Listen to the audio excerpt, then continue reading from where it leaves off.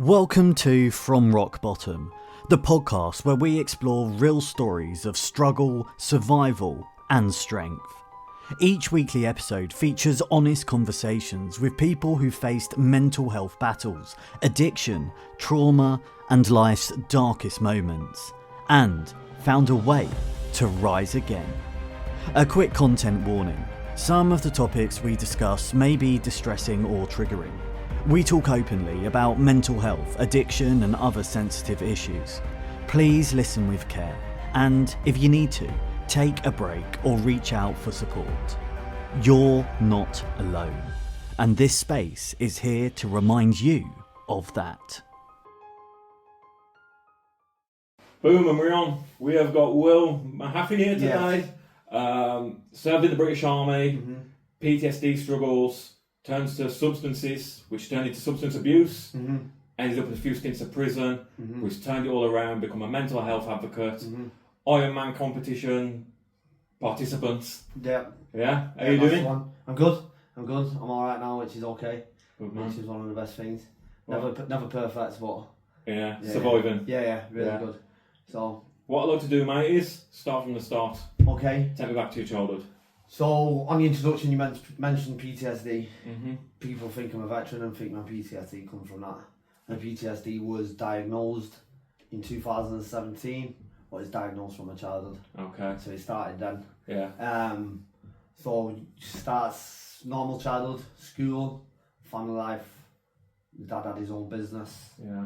I remember my dad used to be a delivery driver. He used to ride motorbikes. He used to his company called Pony. I remember that one he worked for, and then there was a company called TNT. In the end, he got his own delivery business, not driver. He got his own delivery business. So we had a caravan, and business was kind of going well for him, and we'd go on family holidays, and he was the perfect dad. He was the perfect dad. And well, even my mum, I remember it got to the end, and the last few months, all the great memories within a couple of months, my dad was somebody different, and then just he was my mum was falling out, and obviously there was, at the time I didn't know, but obviously I do now, and drug misuse and stuff like that. So my mum kind of trying to protect us. Yeah. And then I went to school one morning, and then come home at 12 years old, come home from school on a bus, got off at my friend's house, having tea at my friend's house, and a family friend knocked on the door. So I obviously the door knocked, I didn't know who it was. My friend's mum answered the door, and then she was there, and I was just thinking, it was strange, you know what I mean? How did she know I was there? You know what I mean? Obviously the only person who know coming there for tea was my mum. Yeah. Why won't my mum come and get me? Do you know? So and the park, so he was just, come on, your mum weren't short on, so left the house, and it's just a park splitting us, so we walked through the park, and I was just totally oblivious at this stage. And then I go through the front door, and my sister and mum walked through the front door, and my sister and mum sat on the sofa, and then they got a letter in her hand, and they're both in tears, and my dad obviously took his own life. Yeah, he died to suicide at that point. It's tough, and then you'd think that would. I remember speaking about it. I remember going through therapy at the time. I used this ETFD, the emotional freedom therapy. Not at the time, recently, so a couple of years ago, went through this emotional freedom therapy and stuff, and we dug to the bottom of like one of the biggest things that was hurting me still about my dad's suicide and stuff. And it wasn't actually my dad's suicide, that was affecting me deeper. Obviously it was affecting me massively, but then when I did this emotional freedom therapy, we got to the bottom of it. She said, what we created a picture. She asked me to create a picture of your dad, of the most like potent thought of that time. Yeah. And I remember being sat on my stairs after my dad had died. It was like the next day. I was sat on the staircase, and the door opened, and my dad's brother walked in, my Uncle Teddy. My Uncle Teddy was a boxer from Blackpool, and then my Uncle Teddy looked at me and broke down, and then he walked out and shut the door, and I've never seen him again, because he went home, and within the same week he was dead as well. Yeah. He was he said it was death by I can't remember the terminology they used. Death by misadventure. They couldn't put it down to suicide, or they didn't know what his methods was behind it and stuff. You know, he'd never took heroin like that, but he took a massive shot of heroin. Yeah. So whether it was intentional or what, he couldn't. So his death was down to. He was put down to that. Yeah. Yeah. So that was when I was 12 years old. And after then, it was my mum struggled, the family broke down. You know, there was no support. Yeah. No social services. Nothing was there. Mm-hmm. Nothing was there at all. But the only thing that was there was alcohol for my mum. Yeah. Yeah, that's the only thing that was there. She struggled. She couldn't deal with it. And then I was kind of just on my own then, you know. Mm-hmm. Dad's friends around, so-called dad's friends. You know, if he was his friends, then he won't get me into drug addiction and he won't get me using drugs. Yeah, of course. If they're a true friend, you know. One of my dad's friends I ended up kind of with him all the time. You know, I was with him quite a lot, and then life just kind of carried on from there. But then my drug use, I was staying with him in a flat in Grant around his house, just not far from the city centre in Manchester. And you know, when my mum's drinking, she's struggling, I'm out of the house. So that was when I was 12. By the time I was 14, I was completely out of the house and I was living with one of my dad's friends. But then when you're vulnerable, it's like anything in it. When you're vulnerable, all you become is prey. Mm-hmm. And then obviously you just prey to the city then. And then who it turned into was the same as, you know, a lot of other people with that, a lot of other people with background stories. Yeah. You end up living the same lives, don't you? Drugs, drug addiction, selling drugs, pubs, drinking. Do you know what I mean? Yeah. Yeah. You're not a normal person. So for a teenager growing up from 12 years old onwards, obviously that's what I was learning life normal. was. Yeah. Yeah. So your childhood was completely normal up until your dad's. Yeah. Took his own life. Yeah. What was the reasoning behind that? Did you ever find out? So, you know, my dad's childhood I know was difficult. My granddad they lived in Belfast. So there was my dad, my uncle, and there was 3 sisters at the time. And then, you know, there was stories that you know, my dad wrote a few things down in stories where people had broke into the house and they tried to like beat my nana up, and my granddad was part of the Orange Lodge. And he was part of, obviously, the big Protestant. He was part of, obviously, this is in the Troubles and stuff like that. So, and I'm sure there was bad things happening, right, with my grandma and stuff like that because of who my granddad was. And I don't think my granddad at the time was a good person. And then my nana, she took an overdose. She swallowed a load of paracetamols, and then someone gave her salt water to try and be sick to get them out, and then she choked on the salt water. So then my dad was kind of left with his dad, and then he got with another woman, and this other woman wasn't very cool, and then she'd say stuff about my dad. Dad was the oldest one, he'd get the brunt of everything off my granddad. You know, my dad had it rough, and obviously he was in Belfast during the Troubles, and he had it rough, you know what I mean? Mm-hmm. So then obviously he come back, and I honestly believe all he ever dreamt of and want was a family. A loving family, because he knew what an unloving kind of situation was like. After the opposite for you.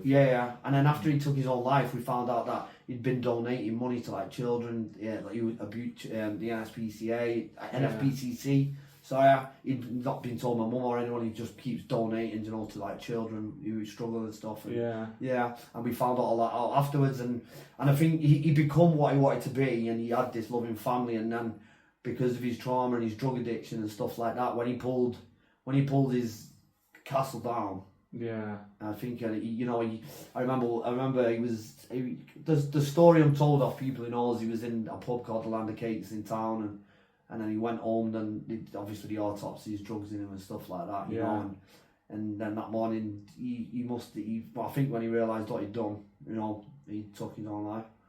Why do you think he went into the drugs route? Because like you said, sounds like a loving father growing up, you created a lot of good memories, he had his own business, his head was screwed on. Then what do you think then at that point in his life is now a turning point to drugs? To be fair, I think I don't know his kind of childhood and stuff like that, do you know what I mean? But I know he met me more on a motorbike, and you know, I think he just tried really hard to get to where he needed to be, you know. I don't think he turned to drugs and drink. I think his drinking has always been, I think alcohol and stuff's always been a part of it. And then when he come and he moved to Manchester, because he was in Manchester, I think, for school, and then I think he was back and forth to Belfast a lot, do you know what I mean? And I think he really strived to get what he wanted, and then he got it. But then when he had got it, I don't think he could cope with everything being okay, because nothing was ever good for him. Yeah. So then when it was good for him, I don't think he knew what to do. Potentially just a lot of unmanaged trauma just caused. Yeah. And then he had money, his business was doing well, his family was at home, he was out drinking in town, everybody loved him, you know. And sometimes an unloved person, when he gets fed too much love, it can be killing, you know. Mm-hmm. And I think that's kind of what happened. How did you cope at the time, like knowing like the thought of my dad's now gone? He's left. Like, did you ever? Like, I always think, like, if I was to top myself now, I couldn't because my kids, but like I think I just passed the trauma to my girls and did unanswered questions for them. Yeah, my dad was involved in a lot of stuff as well, so he had the business and stuff like that, but then he was involved in a lot of, he was definitely involved in a lot of other stuff around Manchester and stuff like that as well, and I think sometimes people think you're better off without him. Yeah, but what did you think? Oh, what, like after he'd left? Like I say, I was probably just banging into drugs at 40, by the time I was 14, 15 years old. I was living with this guy, he was selling drugs. All I ever did was be around drugs, use drugs, you know. Yeah. By the time I was 16 years old, I would have been a heavy user, you know what I mean, missing school and stuff like that. What would you have been using at that point? Cocaine at that point. Yeah, flat out, yeah. So I wouldn't have ever been feeling anything, you know. And did nobody ever come forward and be like, Will, come on, you're young lads? My granddad tried, you know, and stuff like that, and it just didn't work. I was just more attracted to... You know best. Yeah. No social services involved? No, nothing. Nobody stepped in, you know. It's scary when you think about it, ain't it? I won't go in school and stuff like that, you know. I was flipping out in school. It got to a point in school where I could just phone my mum and say, come and get me now before I throw a chair at this teacher, and then my mum would just come and get me, and then school would just let me leave. Yeah. It's just easy for him to not be there. There was one teacher, my English teacher, she was fucking brilliant. Yeah. When you was off the rails and stuff and using yourself, what was your relationship like with your mum? There wasn't one. No, it wasn't good. It wasn't good. You know, it wasn't good. It wasn't good at all. What was your thoughts about that? Because, like you said, family background was lovely, growing up, and now suddenly she's become this person she's not. So it's only now as a person who's trying to heal himself who understands what it's like to hurt. You know what I mean? Yeah. But at the time, I thought everyone left. You know what I mean? My dad had gone. You know, my uncle was gone. Like my other aunties are over in Ireland. Yeah. You know what I mean? I'm Blackpool and stuff. The only person I had there was my mum, and she wasn't there, so it was just difficult. She was struggling. You know. At the time, I have to say I hated her for it. Yeah, of course. Yeah, I absolutely hated for it because I couldn't see the pain she was in because of how much I was hurting. Yeah. You know what I mean? Yeah. That's something you just need, that help and support, but you're not going into. It's just like, fuck you, I'm just doing this. Yeah, and it's obviously the aggression. It just keeps rolls and rolls, doesn't it? You know? Yeah. So when you'd be going on nights out, it was a place called Ashton-under-Lyne. It used to be wild back in the day. We'd be down there. Who knows what was happening that weekend? But it was just wild. It was just every weekend was a different weekend. But so it's bad. And these older men who took you under their wing, what was I gaining out of this? You know, so there was one guy called Mark Donnelly, and I think his intentions were good. You know, he used to his son had a motorbike. He'd pick me up every Sunday, take me for food, go out on a motorbike and stuff like that. Like, I honestly do believe his intentions were really good. You know, he never got me into anything or anything like that. And then I think, I don't know the other guy's intentions. I know the other guy had a bit of a background. It's not my story to tell, but I know he mentioned stuff about growing up in holes and stuff like that. I just think he believed he was being that for me. I remember one of the things he said to me was, you might as well show you this because you're not going to learn nothing at school because I won't go in school. Yeah. So I believe his intentions were good, but it's just what he knew. He's just teaching you to survive a different way. He's just teaching different education. Yeah. But it's just that was his education. That's what he knew. That's what he did. You know what I mean? So the key influences in your childhood growing up are all naughty people. Yeah. So to speak. So there's only one road for you, isn't there? Yeah. So you're getting age of 12, you leave home, drug addiction, bad influences, fighting, aggression, anger. You get to 16, then where are we at? I'm in this flat still in Openshaw. Then I'm just using and selling. Selling, going out, partying, you know. I never worked, you know. How much are you using? I 16. was just using all the time. I wouldn't Yeah. even be able to tell you because it was never weighed out. Yeah. I'd just be, every bag I sold I took a key out of. Yeah. Do you know what I mean? Every bit that was in the house took a key out of. You know what I mean? Mhm. Took lines out of using all the time, smoking Yeah. weed, sniffing cocaine. It's just the way it was. It was just normal. Mhm. That's all it was. All it was normal. And then I got to 19, and I remember the darkest times in my life was in that flat. Was between I was 18 and 19 years old, and I just it's hard to explain. It just got really dark times. All I was doing was using. All the blinds were shut. I just used to sit in my bedroom. At the time, was you thinking, what the fuck am I doing? At the time, I I would actively try and take my own life. Mm. Yeah, a couple of times. I've had drug overdoses in that flat. I've done, Is that just because of the amount of drugs. self-hate, like where your life was going, or because of your childhood? Do you know what? There's just something inside of me that knew I was better than that, but I just couldn't activate it. Yeah. Do you know what I mean? I just couldn't activate it, and I wanted to, like, my mum was still drinking at the time, and I just wanted, I wanted to be with my dad. Yeah. Do you know what I mean? I didn't want to use, you know what I mean, and stuff like that. I didn't want Just couldn't see a way out. to. No. Mm. And that's the biggest thing about suicide. Is people don't want to die. It's just pain relief. Yeah, I think that's the easiest route out. Yeah, it's just pain relief. But I don't think that is the easiest route out. I think that takes some serious amount of bottle. It's tough, man. You know what I mean? And you people, sometimes I honestly believe a lot of people, like, for me, I just honestly believe, like my dad just felt he was better off not here, no matter how much I loved him. You know what I mean? Yeah. And then who knows the story with this? Like, there's a lot of questions. Would he carried on as a businessman?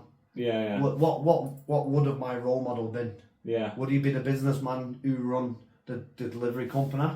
Mm-hmm. Or would he be the guy who goes out and sells drugs down Ancoats in Manchester? Which role model was it going to turn out to be? Because whatever role model it was would have been who I would have been, because he's my dad. Because he's my dad. Mm-hmm. You know what I mean? Yeah. Maybe you thought he's trying to protect me. I won't know. I never have the answers. Yeah. Does it bother you not having the answers? No, I know my dad wanted a piece of himself. I find all I ever did was want him back and hate him for leaving. That upsets me, to be fair, because I don't want to ever hate him. You know what I mean? I know he was suffering. I find I've tried to take my own life. You know what I mean? So I know how hard it is. And I think anyone who's in that moment, who goes through it and knowing what they're leaving behind their children, that shows a lot.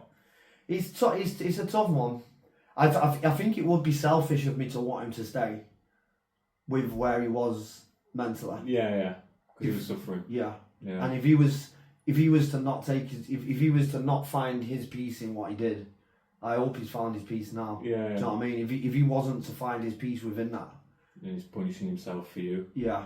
Yeah. Which would be more selfish for me to make him stay if that was his choice. Of course, yeah. Do you know what I mean? Obviously, it's not something I promote. It's just that's how I deal with it, and I think and no one can tell me I can't deal with it in that way. Yeah.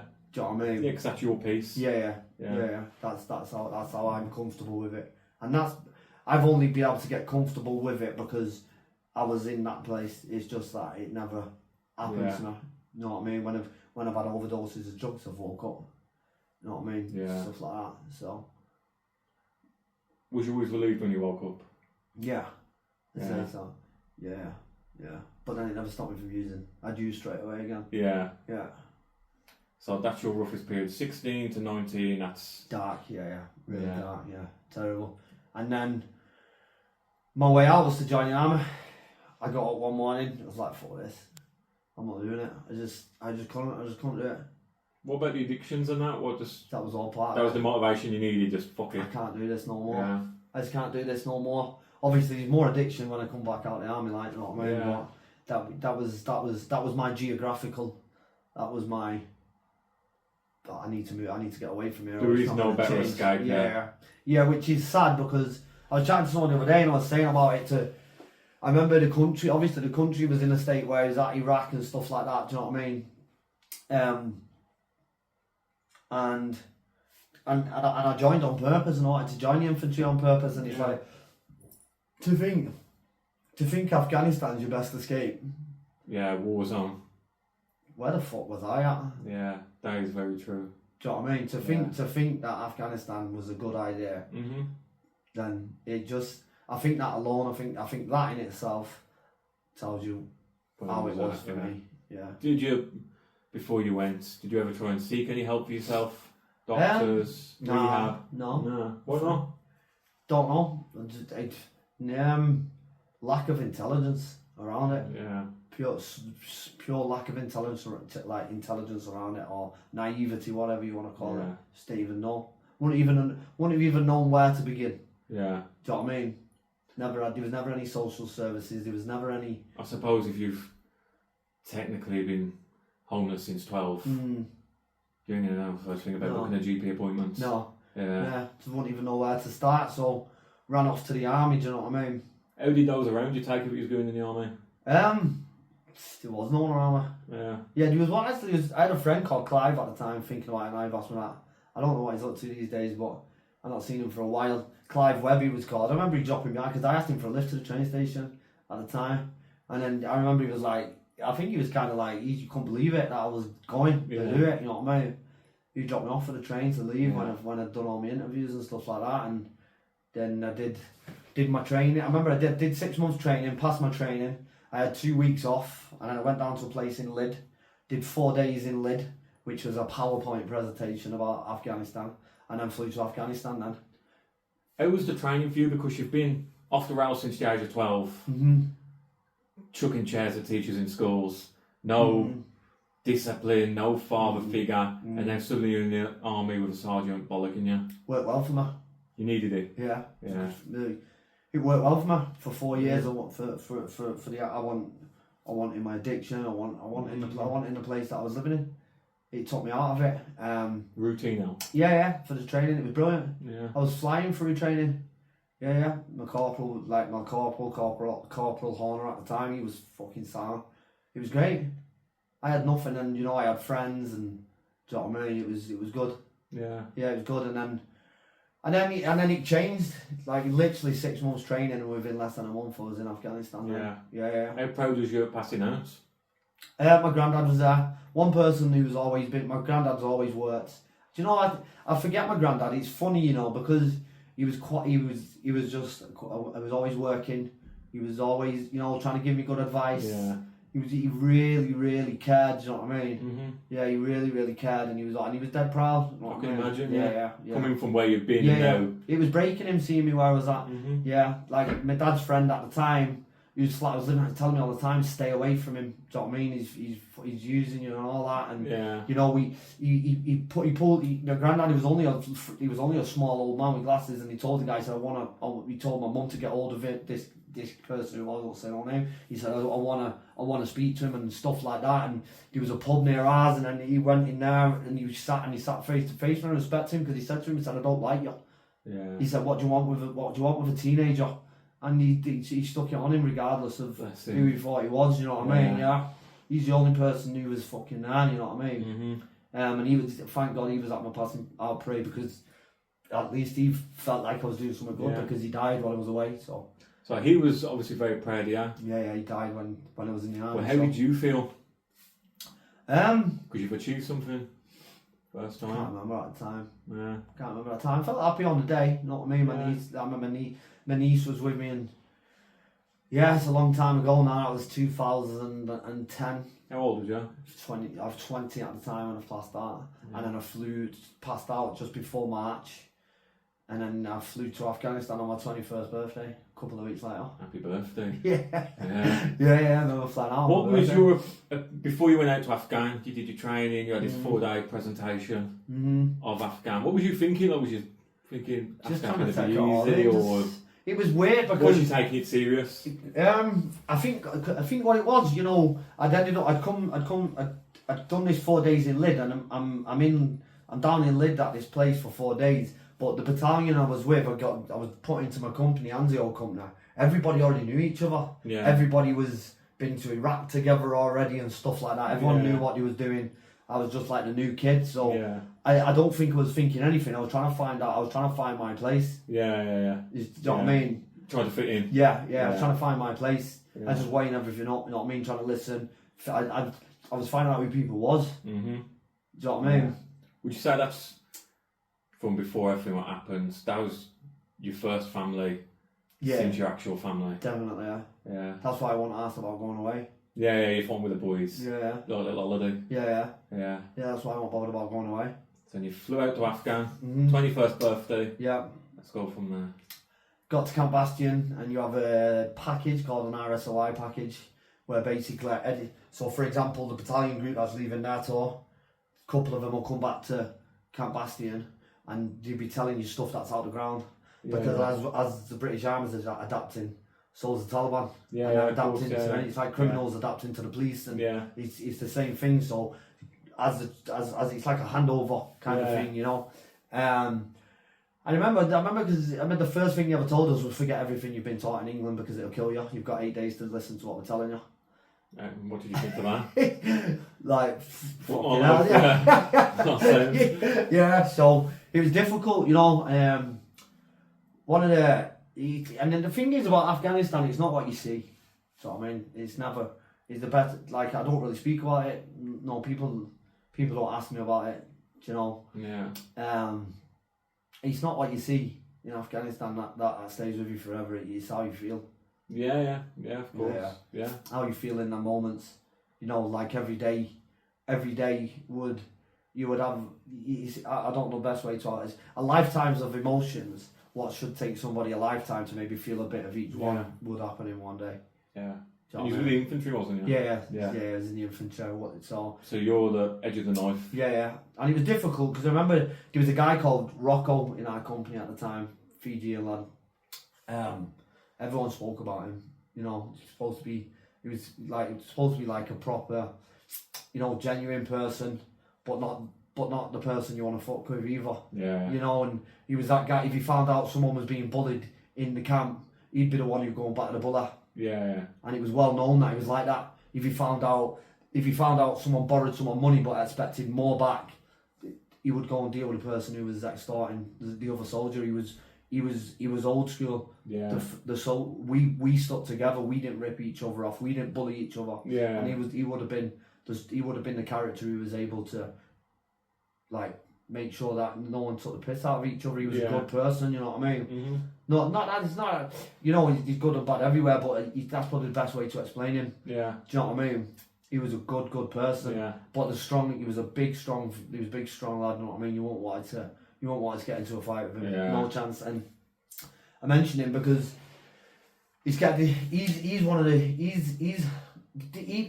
got friends who know him for a long time, and their biggest part of Afghanistan will be him. And it will be him because of how much he emotionally means to them because of Afghanistan. But he's prominent in my story because I remember being on the firing range in those first few days where you're learning, and my gloves, every time I pulled the trigger on a machine gun was getting caught.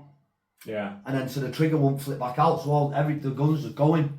But then in England, when I've been practicing with gloves, they want the same gloves as these gloves we was given for the desert. Yeah. So he told me I was like, this fucking glove, you know what I mean? And I remember he turned around and he said, dry your eyes, you're on operations. But he wouldn't tell me how to solve my problem. But in other words, he was doing it, and then he was kind of getting me to say, like, fucking look around, you know what I mean? Yeah. I remember like looking around, and then I noticed everyone had cut the finger off the trigger finger. Yeah. So I cut it off, and then it was alright. Yeah. And you know, you heard these stories about him, you knew he was like one of the main guys, he was one of the main guys there. And obviously I'm new, and when you're new to something, the ones with more experience are the ones who teach you what to do. Yeah. And then he was one of the first people to die. Yeah. So I understood that hit me. Do you know what I mean? Yeah. And I'm not, you know, he's got friends, he's got best friends, and their emotions will be so much different than mine, but then my emotions around it was that fear in that moment of one of the people I'm listening to, understanding, one of the people who's gonna be able to help me come home was him. Your role model who's been there, done it all, looked after everyone, big, strong, scary guy. Yeah. And if he can't make it, how the fuck are we making it? And I was 21, he was obviously older than me and stuff at the time. And the fear of God come into me then. Yeah. At what point of your journey in Afghan did his journey ends? At the beginning, it was right a couple of months into the tour, Yeah. right? Yeah, it was. How long was the tour? So they say 6 months, but you probably do about 7 out there waiting to come on Okay. and stuff. It was a few sketchy things, you know, like different things, just different things all the time. I remember we went on this operation where there was a road called Route Dorset. Obviously, was there into summer in 2010, and it was the bloodiest tour of Afghanistan, you know. And I don't know whether it is to this day because it's been years after that, but I imagine it still was. And just different things happening all the time. And one of the operations we had to go on was this Route Dorset was a sandy road, and it had too many IDs on it, and it was blowing up too many people and too many vehicles. So they wanted to tarmac the road.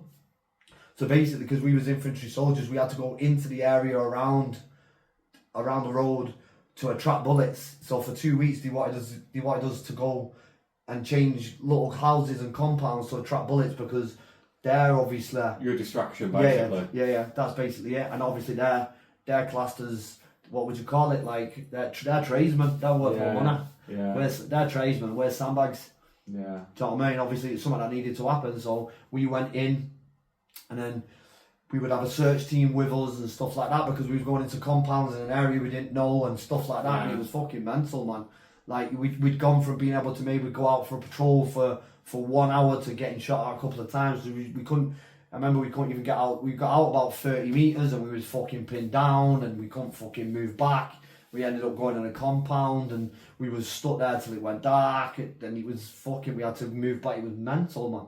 It was absolutely mental. And then one of the compounds we went in, it just, these are all the emotions and the ups and downs, and I feel like this is all part of what changes you, you know. And I remember went into one, so then that happened with Rocco, and then we went into one compound and it was supposed to have been searched, and I remember an archway. I've just got like an archway in my head, and then me and my mate Narinda, we've gone into the archway and Narinda's gone to get some cigs out, and then we took our body armors off because we're relaxing now, and then I stood against the wall, and then Narinda's took a step. I can't remember, he took a step and then he stood on an IED.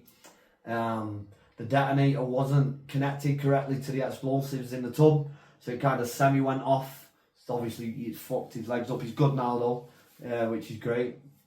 And I just remember something big hitting me in the neck, and then it was just the bang, dust, and then you wake up and then you kind of, I'm holding my neck because I've kind of like once you kind of like grab yourself again, I'm thinking fuck. So I remember grabbing my neck, and then I remember one of the other lads, Cunny's, come over. He's like, you're trying to like let go of my neck, and I was that scared. I was saying no, because then I thought if I'm gonna take my hand off my neck, I'm gonna die. Yeah. And he's like, but then it was like after a minute, I was like, I need to, because I seen smoke coming off my neck, and a piece of metal was stuck to my neck, and so he pulled it off. And it was alright, and then the helicopters come in, and then the window was took off, and I sat down and I just burst into tears. You know, yeah. I thought I was dead. I woke up, I thought I had an hole in my neck, and it's just too many emotions, man. You know what I mean? And I was sat there crying my eyes out then. The fact your pal stood on ID in front of you as well. Yeah, I don't know what's going on with him, and it's just crazy, and then, just up and down, and then something changes in you, you know. And I was watching, like, you know, these people who's best friends with Rocco, and you started to see the change in them. Yeah. And you started to, it's like he couldn't deal with the grief because of where it was, because we're in a war and we can't stop, and then you have people, you know, everything changed. It changes, man. Everybody changed. Everybody changed, and you've seen it. Sounds like, especially doing what you're doing on the front line, you ain't got a chance to grieve. No. You ain't got a chance to catch your breath. No. It's like, how can you deal with your emotions and thoughts when you're on the front line? You know, you don't, and you know, you're in a place in the world where everybody's trying to kill you, so you become the type of person who's going to kill someone else. Yeah. You have to. That's the thing about Afghanistan, the Taliban, Al Qaeda, don't wear uniforms. No. You don't know. No. I remember going on patrol, so he was on patrol. It's funny you say that, because he was on patrol one time. We was fighting pretty much every day, you know. And the old company, I remember being on, they give us a battle on, like a company battle on, and he classed us as the 4th Lions of England. We was like the most contacted company on that tour. I remember coming back in the tour before we left Camp Bastion, was all in a square, and this guy was talking to us, and then he told us that. And then I remember one of the patrols I went out on. I had the SLG, and then they all did a left, and as they've done a left, the next one has done a right into the field. I said SLG then, I had an LMG. I don't know where I got that from. Yeah, so because I had the LMG, I was at the back. Light machine gun. Machine gun. So, I don't know where I got SLG from. I don't even think using it or not. And then, so I was at the back.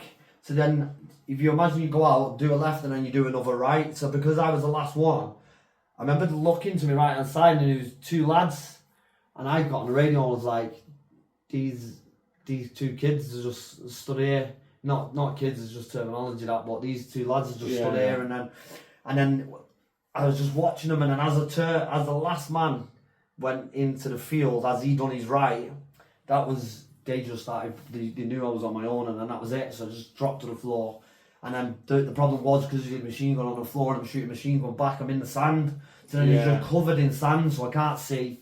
So I'm just keep firing. I'm thinking, fuck, I'm not stop firing till the bullets stop coming this way. 'Cause it's like a cracking sound. Yeah. Do you know what I mean? But then everyone had come back out the field, and it's just relief again. It's just up and down and up and down and up and down, and you fucking head's fried with it. Constantly on edge. Yeah. Your head's fried with it, and then you come back, and then you've got to be normal.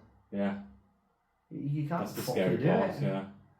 You can't fucking do it. Some people do, but I couldn't. You've been on the front line for 6 months, not knowing who's enemy, who's a friend, getting shot at, watching every step, paranoid every day, and then you're meant to come back to society and go crack on. Yeah, go to the shop, get some milk, have your breakfast, go home, relax, And then we did the compression. So you come back. There's a lot of other stories, but it's just all of them. It's all them different emotions. It's not the stuff you see. It's not about killing someone or It's you can watch that shit on the movie when you're 12. Yeah. It's the same. Do you know what I mean? It's not that stuff that affects you. Yeah. It's just the emotions behind everything. You know what I mean? So then you come back and you do 48 hours. They call it decompression. So their idea of decompression is to stop in Cyprus. Yeah, on the beach. In the army camp. Don't let you off the army camp. They give you beer tokens. Bring comedy in for like an hour, and they let you get drunk there. And in there, it's like, if you've got anything in your system, you get it out now. Yeah. So you've got 48 hours to decompress from 6 months of that. Yeah. Was there any support ever offered, or was it just here if you want to talk, in a bit? Not even that, I suppose. You just take. We got back and we got this new sergeant major. So we had the sergeant major we had at the time, Roger Moore. He was fucking brilliant. And he got back, and then we got this new sergeant major. He was a fucking arsehole. And then he was just, at that point, he was that much of an arsehole. Everyone just started dropping off and leaving, and he was a fucking knob. To be fair, you know what I mean? Yeah. I think it'd be I wouldn't like to see him now. There's a couple of people I wouldn't like to see now from that place, but yeah. But when you was out there, how often was the feeling like I ain't coming back? Was that a feeling for you? Yeah, it's difficult. Not you got. Do you know? As more things happened and more things went on, and the more things you've seen, you become a different person. Yeah. Become immune to it all. Yeah. You become a different person. Yeah. You do become a different person. I remember with me and my mate Smudge, we was waiting to go back for R&R, and a helicopter had landed. We was already like days late to go home. We was due to go home, and it was a Sea King, and then it had landed, and we'd got on the helicopter with everyone else, and we got our bags on, and then the guys went, "You near the door, get off." And we're like, "You're fucking joking, aren't you?" So we was like, we want to go home. So this was the closest I was to getting home. I didn't care about 2 weeks later coming back. I wanted to go home. Yeah. And it's like, if you two don't get off, then the rest of us are staying. So obviously we felt bad. Yeah. We got off. Yeah. And when the helicopter took up, an RPG went through it and brought it back down. Yeah. Yeah. It's crazy. And then that's how much shit can either be. That's in a place like that it's either your day or not, and that's how it'll be. That's how I couldn't get through day to day thinking. Yeah, that's how it'll be. That would break me. Yeah. But then you've got it. It'll break you. It could. If it does break you, it'll be when you get home, because you've got to get home. That's your sole focus. You know what I mean? And if it broke you while you was there, you fucked. Yeah, I suppose. You know what I mean? You're off because you're there. If it's going to happen, it's going to happen. Yeah. Completely People say you're brave and stuff like that, but I don't think it's a fact of being brave. You're just getting up each day and got no choice in reality, have you? Yeah. Got no choice. The best thing you can look forward to is a satellite call home. Yeah. So obviously he says the bloodiest tour. What was the losses and casualties like? I remember I'd have to research and find out, but I remember when I was in Cambastian, we was in that square. It was like in a square, like where the containers are and stuff. I don't know who this guy was who was talking to us. He was obviously high up. He's obviously drinking his non-alcoholic Becks and that while we was all out fighting and having nice warm showers and stuff like that. You know what I mean? But he was obviously talking to us, and he said at the time, and you could correct me if I'm wrong, but maybe I should have looked into it before it come up. But I'm sure at the time it was roughly 72. The number I got in my head, so it must have been around that of people who never come home, and then these over 400 injuries, you know. But it's tough. My son's named Jordan, and he's named after a lad called Jordan Bancroft who never come home. That was quite a big part of Afghanistan. Again, he had people who's more of his friend than what I was. And I suppose it's good because this is how it affects different people. You've got people who he's friends with and been friends with him through his army career and been in Iraq with him, close to him, and to them it would have really hurt him never coming back. And I remember it was just a strange chain of events, because then it's like, I remember coming out my checkpoint in the morning because the Sangha was at the front, so you have to swap, and people have to be on guard while everyone else sleeps. And I'd come out that morning and there was a guy coming down on a scooter, and I was just like, I was pissed off. I woke up that morning, I was pissed off. I just wanted to go home, and I wanted to fucking, I was so angry. And then he was coming down on his scooter, and I thought, you can fuck off. And I stopped him, and I did it out of spite. I did it out of spite. There was no reason to stop him or anything. And then we had I thought I'm gonna stop him and search him because I was in the rights to and stuff. So and everything I was doing was everything was out of me being in a bad place. Everything was like, I'm gonna stop. I'm just gonna fuck with you a bit because I'm in a bad mood. So he had these pads, so I wiped his hands, and then if they change a certain colour, he's got chemicals which potentially make bombs. And then, so I arrested him because he changed colour, and we did a road move up to the next checkpoint where the helicopters could land, because obviously as a detainee soldier I have to take him. So I took him, and then we've got the Jordan. He was full screen at the time. He was told to take me in the Mastiff from the next checkpoint to where the helicopters could land at Shortcut, and then he'd gone back and I'd gone to Camp Bastion with a detainee. I couldn't wait to get there, food and all that stuff. I couldn't wait to get there. And then Jordan's gone back in the Mastiff, and then all the locals were kicking off because he was a farmer. And then all the locals were kicking off because he was a farmer, so then they had to put a shorer together so that the Sergeant Major was in this checkpoint, the one up the road. So he said to Jordan, his logic was, you've already got all your gear on. We're going to have a meeting with the locals, put some protection out. So then Jordan got killed then. Putting the protection out. And it's crazy because then I'd done something out of spite, and not out of spite, out of aggression. I won't call it spite. It was just, I was angry, I just didn't want to, I just thought, why have I got to be here with my days being ruined, even though it's my choice. It's just, you don't think straight when you're angry. And this chain of events, and now Jordan's obviously, his life's been took. And I remember I got, because I was in Camp Bastion, I got to be there for Jordan to be carried on the plane. And he's got friends who are closer to him than me, and I'm there on the plane watching them go on, and it's just tough to deal with. How did that make you feel, knowing like you've gone out that day, pissed off? I blame myself for a long time. Blame myself for a very long time. Still do sometimes, you know what I mean? And I think these are all the emotions that people don't understand. Well, you know what I mean? You didn't do anything wrong, you swapped his hands. Obviously been messing with Summer. If you let him walk away, he could have meant the bomb you don't know, but and it's just those chain of events that bring different moments. Ultimately, if I just left him, who knows? Do you know what I mean? Yeah. But I can't. You'd never know at the time. No, I didn't have known at the time. And then, it couldn't, as much as it did happen, it didn't have to happen as well. Yeah. So like I said, that geezer could have gone on, made 10 bombs. Yeah, you don't know. You don't know, you know. But it's all these emotions, you know, all these emotions. It's not, you know, all this thing you see on telly and PTSD and, you waking up having nightmares and of bullets going off and all that. It's more you can't sleep. Yeah. You don't get to go to sleep to wake up having nightmares to start with, because you're just not in a good place, you know what I mean? Yeah, of course. Yeah. So you do your tour, Cyprus, Mm-hmm. have a booze up, you all take it out on each other, and then that's that, boys. That's that. You go back. So it was back, and then went Canada the following year. We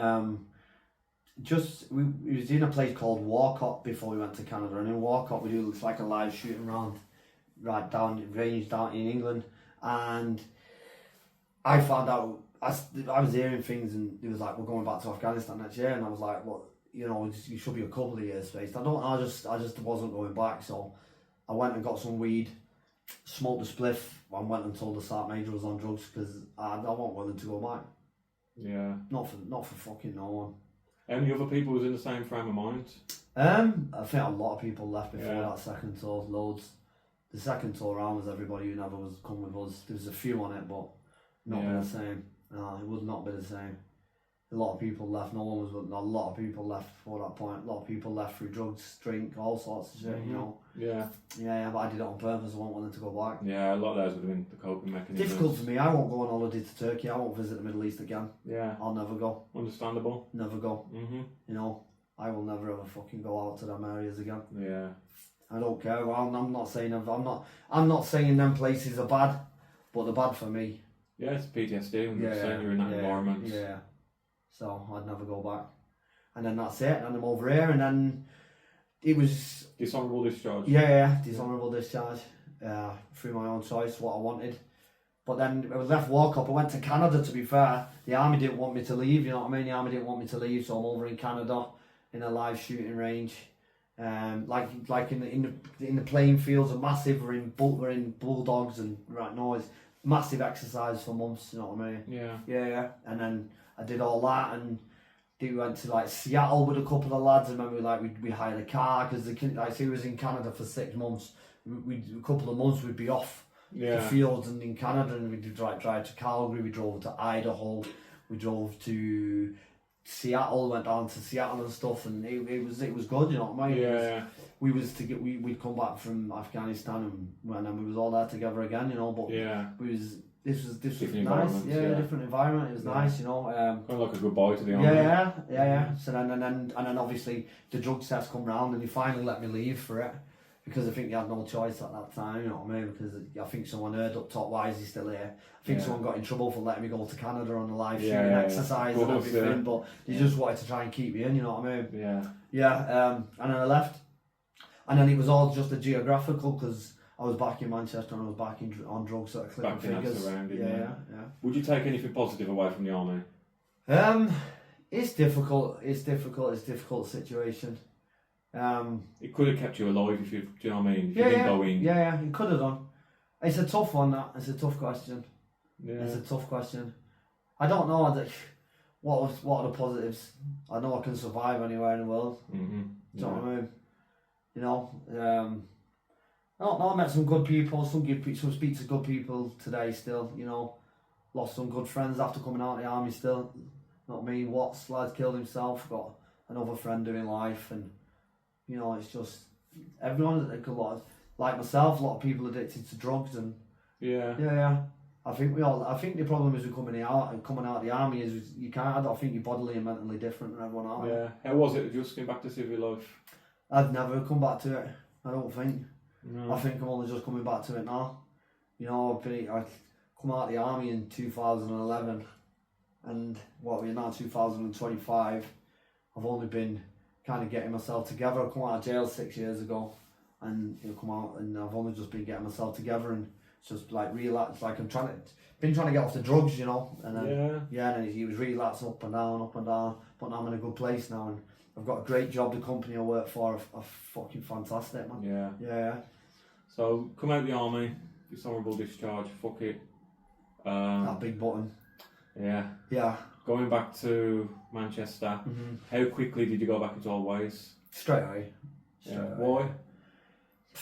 What else? Because it's just a geographical, innit? So if you move away, if you run away and to learn something new, you've still not learned how to be where you've run away from. Yeah, you've not learned how to handle that environment. Yeah. If I don't learn how to be where I am, and it don't matter how far you run, if you ever run round in a circle and come back to where you was, where you didn't know how to be yourself, that's very true. You're never gonna fucking be that. You're never gonna change it. Did you ever consider being straight? Did you try and be straight? Yeah, I just couldn't do it. They used too much drugs. Yeah. I was getting jobs. I remember I was living in a flat. So I'd living in a flat in Hume, and I was just using drugs, using them every day. I got a job selling fucking IVAs for fucking people in debt and just using it in work. And fucking how can salesmen lose their jobs? That's how bad my drug addiction was. You know what I mean? Probably the most fucking known environment for it. Man, I got sacked. So then it was just so I couldn't get straight. Yeah, just couldn't get straight. You know, so just driving around selling drugs. You know what I mean? But not earning any money. Fucking broke. Yeah. All I had was free drugs all the time. You know what I mean? I wasn't earning nothing. I was just living like a fucking rock star without any money. Was that way of life okay for you, or did you think like fucking hell? Like I was clean for 4 years. I was doing good. Did you ever think like that, or did you think, fuck it, I'm better now? I was crazy, man. So my mental health was through the roof. You know what I mean? God, I think I'm up. You know what I mean? My mental health was crazy when at that time. Oh God, I was fucked, man. And I drove. I remember because I liked that. Crazy because I was living in this flat in Hume.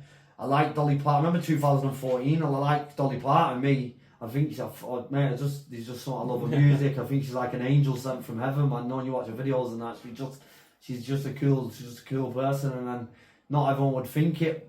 Then when you hear that, it's crazy, you know what I mean? But I just love music from Bob Dylan and everyone, you know.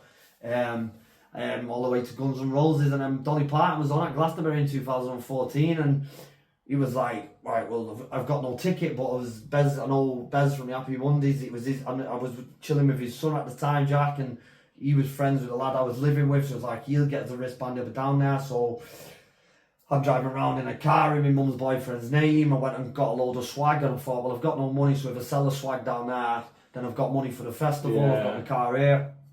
So I drive down the road, and then the car, I've gone to take a sniff, and then I've not looked at the road. The car's spun, I've hit the centre console, the car's spun round, hit the barriers on the bridge, flew back out to the centre console, the car's in bits, it's not in my name, so we've got off. Fucking just got off.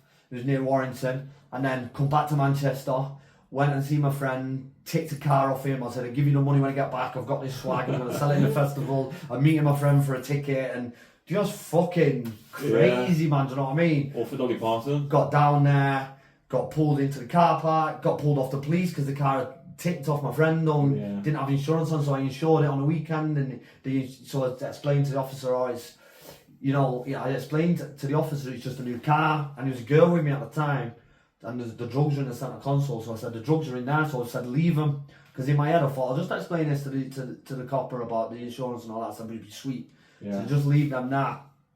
And then at the time, the girl put the drugs inside her pistachio, and then when we drove off, the copper let me go, so they drove off, she went, I stashed them. She's like, I put them inside me, she said, alright, so I thought, right, sweet. But then what she didn't tell me, she took her back out of her and put them in the door. Yeah. So then we pulled into the car park, and the stewards come over and they go, have you got any drugs on you? So I was like, nah, it's sweet, because I'm thinking the girl's got them, like, inside her, you know what I mean?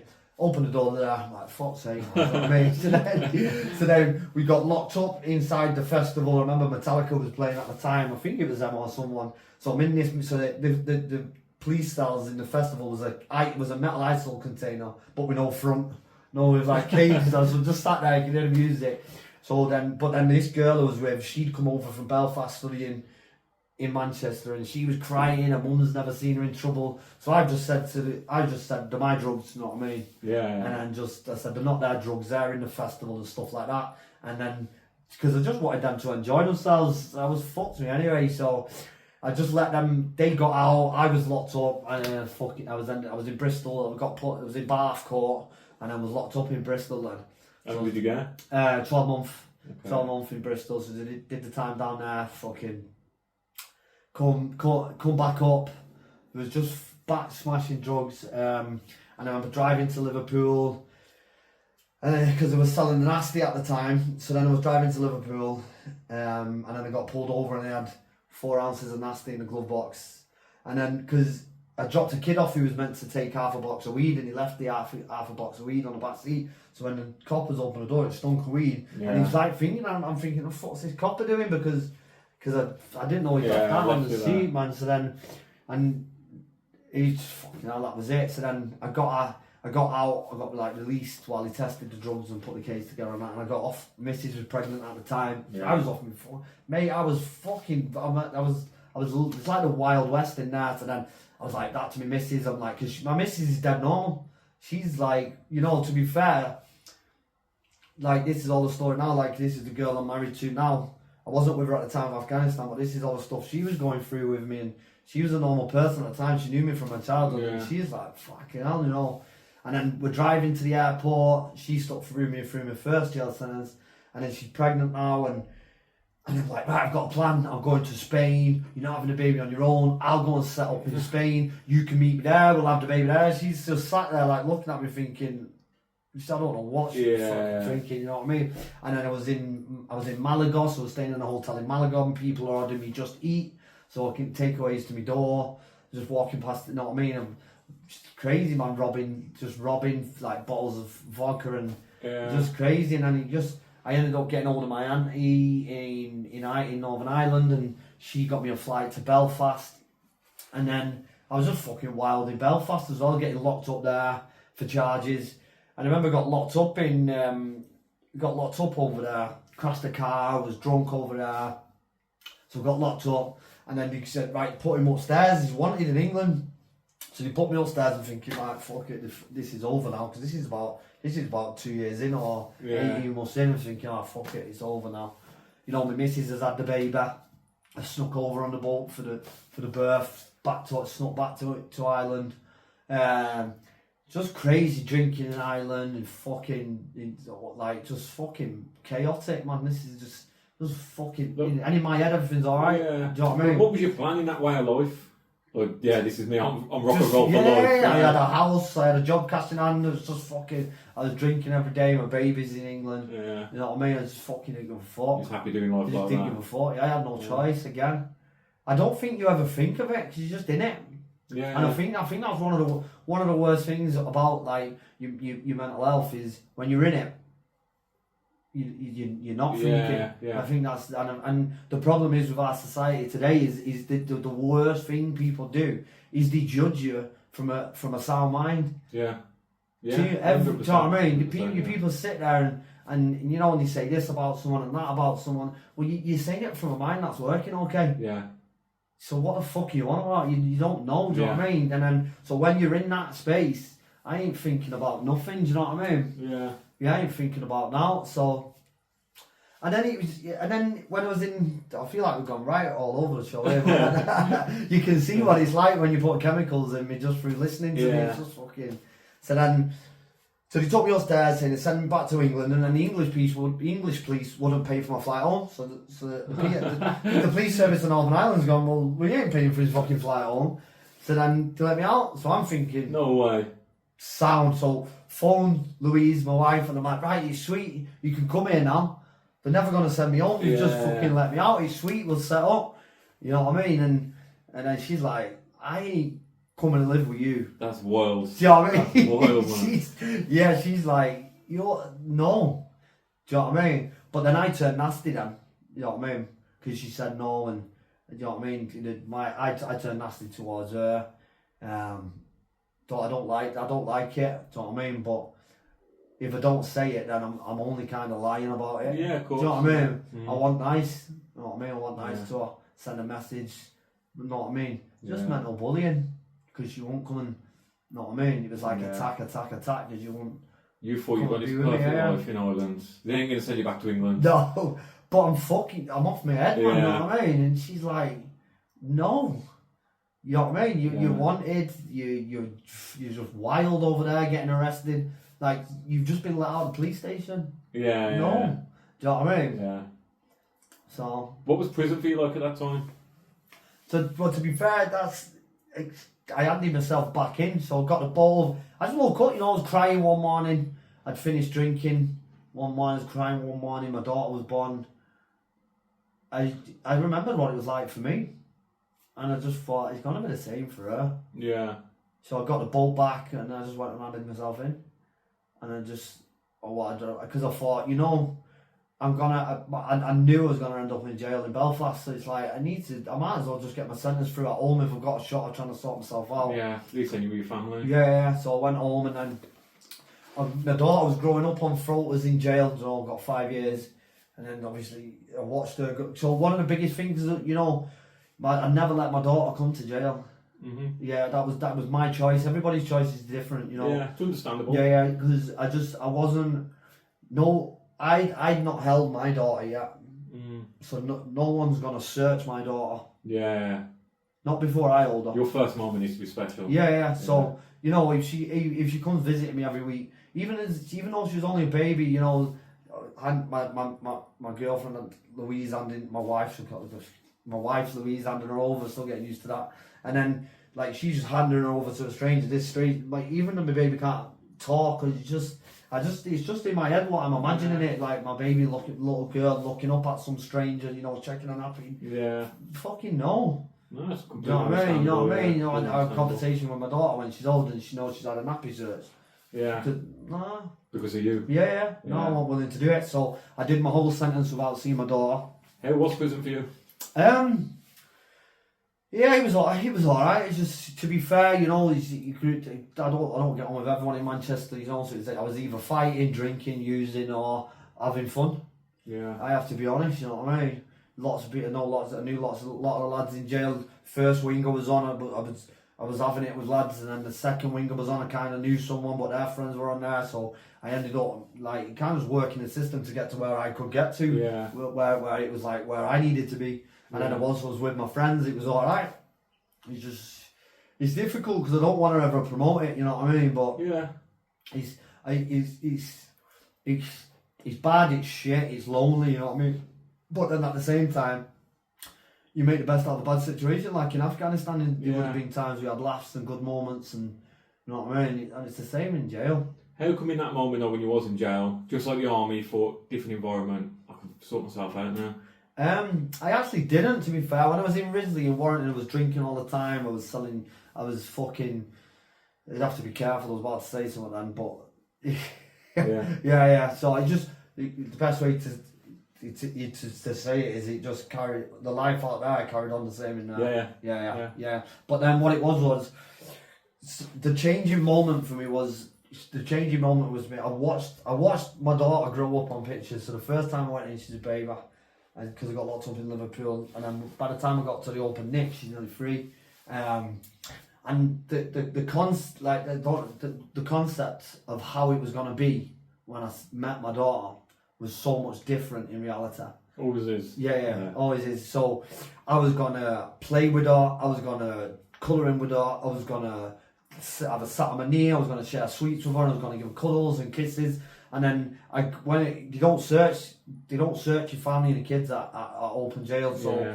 So I got to Kirkham and it was like I can see her. So Mrs. brought her up for the family day and then she started crying when she seen me. She didn't talk to me. How did that make you feel? It fucking broke me. Yeah.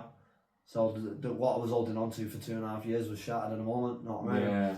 And I had to go back and went back to my cell, and then at that time I was like, I ain't doing this, and I signed up to a fucking drugs course at Kirkham, told them I want to do piss tests and I want to start getting clean. Yeah. Yeah. For the sake of your daughter. Yeah, for the sake of her. Yeah. At the moment she just totally behaved how a child would behave if she didn't fucking know someone. Yeah. Stranger at the end of the day. Yeah. So, and I just thought I can't repeat this cycle. Yeah. So would you say that's your turning points? Yeah, massively. Yeah. That was out of everything I've been through, that's the only thing that bothered me. That was the only thing that bothered me. Shows you're a real man though when as soon as your kids get involved, it's like if that doesn't affect you, then you ain't. Yeah, but then it's difficult. So I've still struggled with my addiction. Been out 6 years now. It's been up and down. It's been up and down. You know what I mean? You know, I try and help other. You know, I try and speak to people and help people. You know what I mean?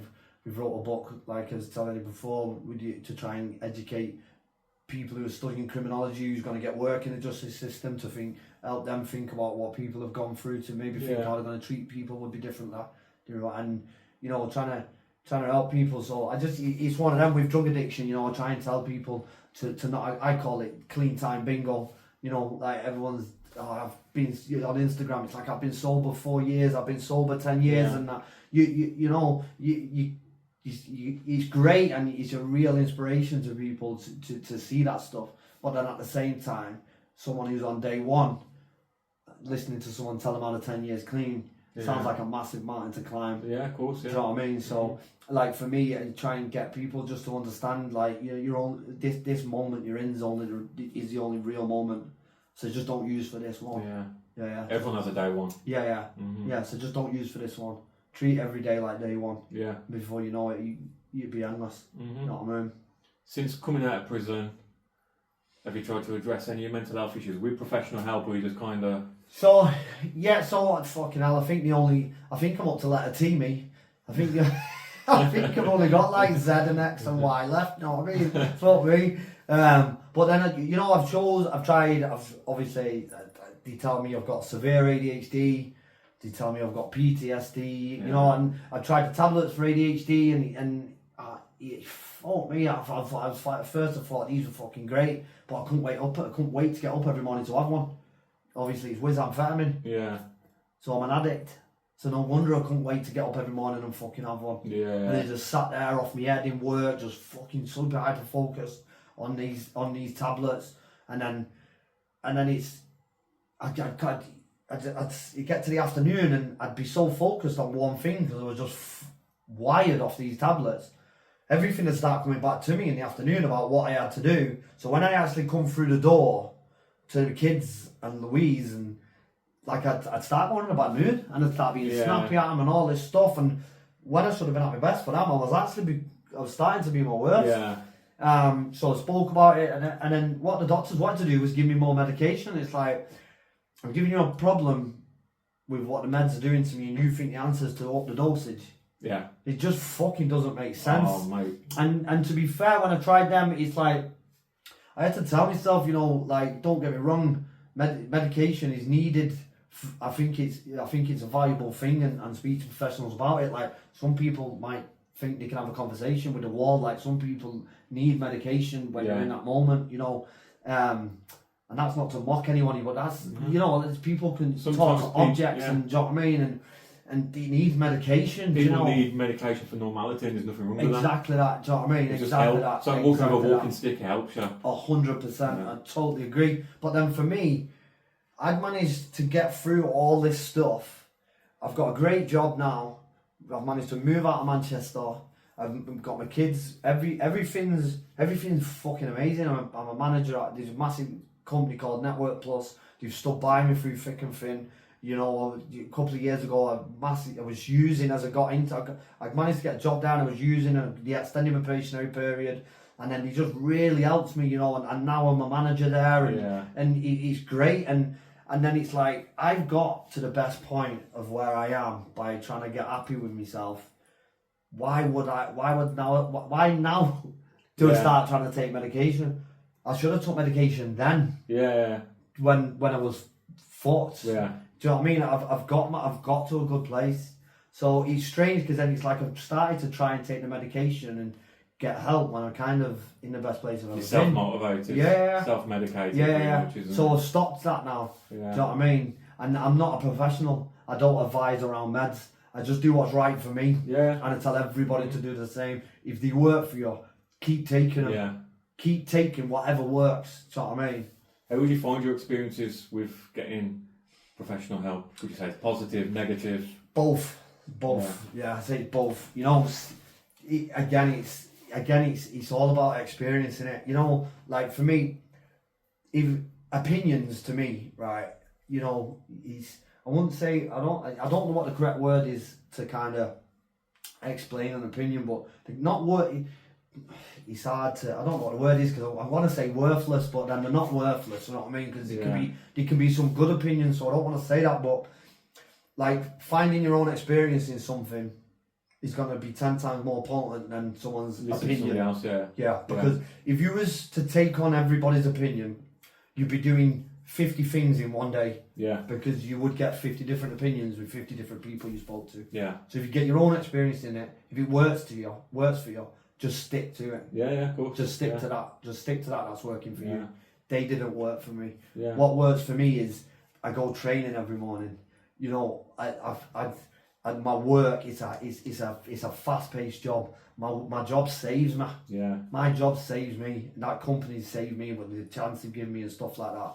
So if you can work out a way to use things to suit who you are, do it that way. Yeah. Because I didn't like how they made me feel with the professional art. I didn't like how they made me feel. Yeah. Yeah. Yeah. With me being bipolar, I seeked out professional help. I wanted help. Good. Yeah. I'm feeling this. I want to kill myself. I'm Too 15, much. 16, 17 years of age. Yeah. Why do I want to kill myself? Yeah. Go to the GP. Here's some antidepressants. Fuck off. Not gonna work. Yeah. Yeah. It's 2 weeks worth. There's no checkup, follow up afterwards.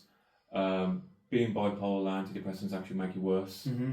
So She's not even looked into it. They don't treat symptoms. yeah. So obviously bipolar at my age was never thought of. Just like you're young, you're not depressed.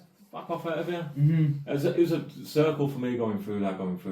A lot of times it was a waste of time. Felt ignored a lot of the times. I'd say them. I've said this before. Avid reader. Love reading. If reading is part of my routine. Now I'm not reading. I fucking hate it. So do you know what I mean? That means something isn't right. Yeah. So I went to explain this. Give me 4 self-help books, which was each one was as thick as a Bible. Look, you've not just listened to me, have you? I can't concentrate on read when I want to read. Yeah. They just give me some books and saying, go and fill them in. Yeah, my experience with the initial GPs, obviously because I'm more complex being bipolar, they're there to talk, if you are depressed, they'll talk about depression, or you show them a rash and I'll tell you what this rash is. They're not there to deal with complex mental health cases. Eventually, after I did suicide attempts, after I went into drug addiction myself, there was like, you know what, perhaps there is something more. Put me through to psychiatrist. Turns out, went down the bipolar route, took my test, took medication. A lot of, as hard as it was, for me this is trial and error. And that's what it was for me, trial and error. This medication might not work. It might work, we'll see. Antipsychotics and all that. They said like this one, I was taking one, I was feeling sleepy for the entire day. I don't like this. I've got a job where I need to be alert. I don't like it. It was like, take it on the night time then. Took it on the night time. Next day, I felt suicidal. I don't know why, I just felt suicidal taking it on the night time the next day. And there's a lot of trial and error, a lot of battles and demons I have to face. But I got through, and I still struggle now. It's still a fight now, even though I'm medicated. I still, do you know what I mean? Just because I'm medicated doesn't mean I'm okay. No. I still struggle, I still fight. I still have to have my routines. I have to, like you work out, I work out. I have to mentally time my brain out. Yeah, and that's okay. That's okay. That those things are your medicine. Yeah. Do you know what I mean? It really is okay. Yeah. And it's about gaining your own experience and not going off anybody else's opinion. So for me, they just didn't work. You know what I mean? And you know, when I got diagnosed with PTSD when I was in jail, to be fair, in Risley in 2017, and I got to like the head psychologist, and then she was like, she diagnosed me to have PTSD from my childhood, but then told me she wasn't able to help me with my problems because she's not qualified enough. So then she gave me a load of leaflets to contact people when I got out of jail. And she said, for now, take these metazapines. So I was like, no, so just fuck that fucking, do you know what I mean? I got rid of the metazapines on the wing and just fucking, I've just cracked on since. And then I got, she told me, it's not CBT, what's CBT? The cognitive behavioural therapy, isn't it? CBT. I remember I got put forward for some of that when I got out, so the probation officers told me to go to this CBT. These are like the professional routes going down, and It's fucking, as you can see, I probably don't sit still. And I remember the woman sitting there and she was like, just keep your legs still. And I'm thinking, are you fucking mad? Yes. And then and when she said it, it was like, I couldn't then. Because as soon as she made me focus on my legs, it's like all I could feel was them wanting to move. Because you've just fucking said that. Do you know what I mean? Mm-hmm. And then it was this, she went through this Pictionary thing where you pick your favourite colour, you paint the room with it, you've got a window, put your favourite thing. Yeah. The fuck is this, man? Like you've just heard my story. What the fuck is that gonna do? Yeah. Do you know what I mean? It's not gonna do nothing for someone like me. It's fucking stupid. Yeah, you know what I mean? I agree. But then it might work for someone else. Yeah. BT, you know what I mean? So I couldn't give you my opinion on it. Yeah. Do you know what I mean? Each person's story is different. Crazy, yeah. It's all different. We've all got positives, all got negatives. Or don't work for me, might work for you. Yeah, exactly that. And then there was one thing, which was what I mentioned at the beginning, which was the EFT. Yeah. There was a woman, the lovely woman called Rebecca EFT, and she just see me on Instagram, and she just watched a few things, with my story. Yeah. And then she's private, and then she did all my sessions for free. She just said she wanted to help me, and she wanted to help Louise and the kids, and she done everything, and it was fucking. I still have her on my Instagram today. I swear by it. Yeah, beautiful. I swear by it. Yeah, it was.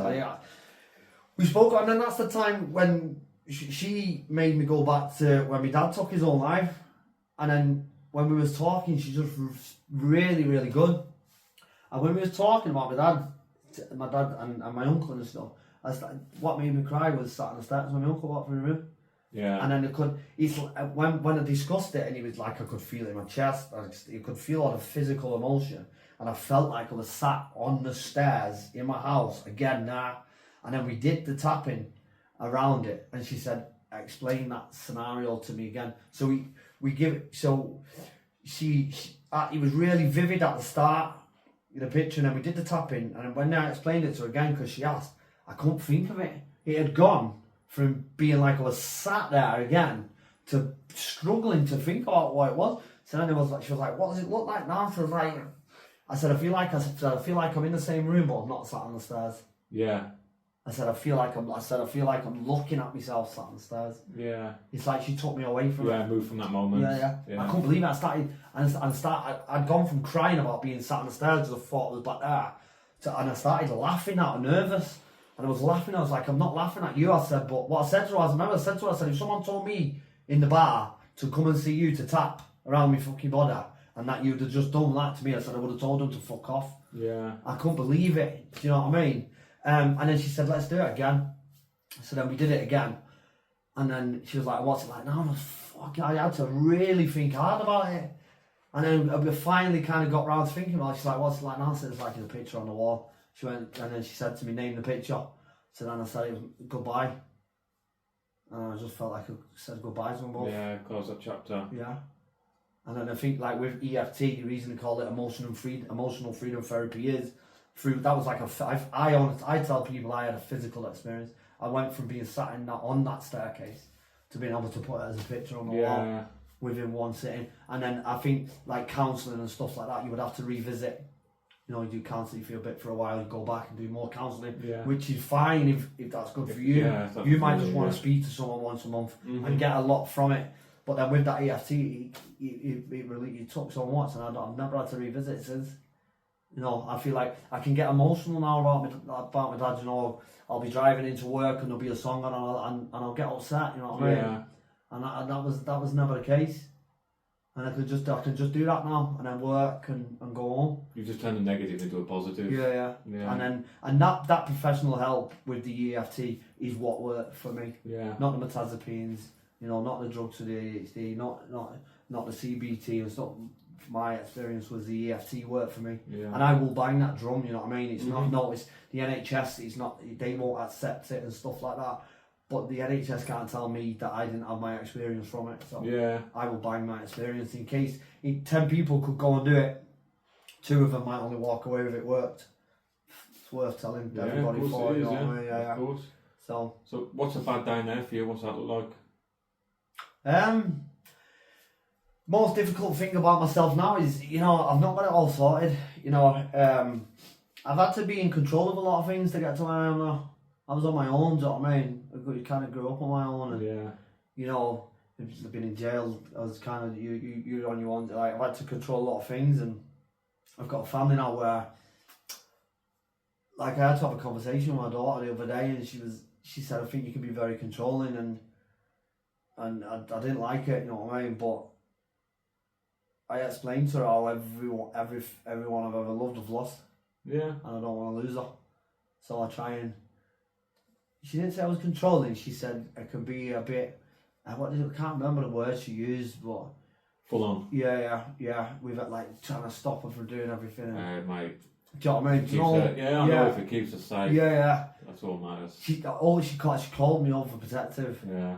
Yeah, and then I had to sit on her bed. She's 8 now, and sat on her bed the other night, and I had to explain to her that I don't want to lose her.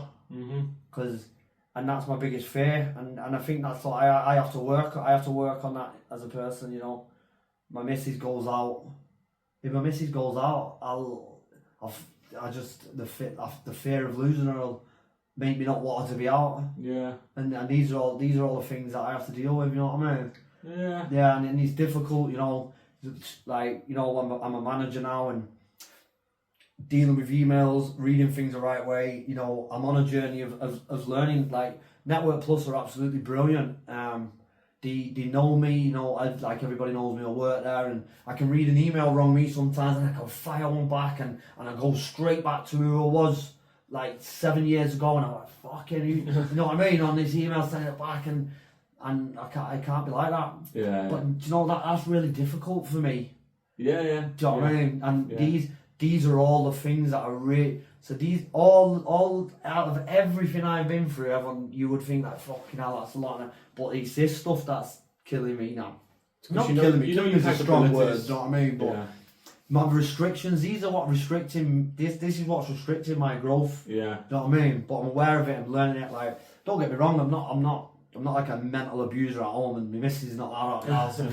These are just internal things, you know what I mean? I'm the exact same. If my missus goes out downtown, I said, if any of them start doing it, if you don't know, bell me. Yeah, you're on it, and when you're in an Uber, you get in the wrong, bell me immediately. You don't know these men, bell me immediately. And you're on it, you know what I mean? And then you're not off the, and then you're thinking, you're waiting for the phone to come home, and I know what the world's full of. I've seen it. Exactly. I've seen it from one side to the other, as you've just heard on my stories, and it's all those fears. Like, she's okay to go out wrong. She's an independent. She's a manager in town, and she you know what I mean. She holds herself, and you know what I mean. And she's big enough and old enough to look after herself. Like, I'm not gonna lose her. It's just what we do, though. Yeah. Do you know what I mean? And I think that's what I've got to deal with now. You know what I mean? I've got to be able to try and love something, and without thinking I'm gonna lose it. But from my point of view, you had a good upbringing for a good period of time. Yeah. And you lost it. Mm-hmm. And then I can understand why you're thinking, this is nice. Yeah. I could lose it. Yeah. I can understand that from your point of view. Yeah. You just got a lot to work on. Do you know what I mean? Yeah.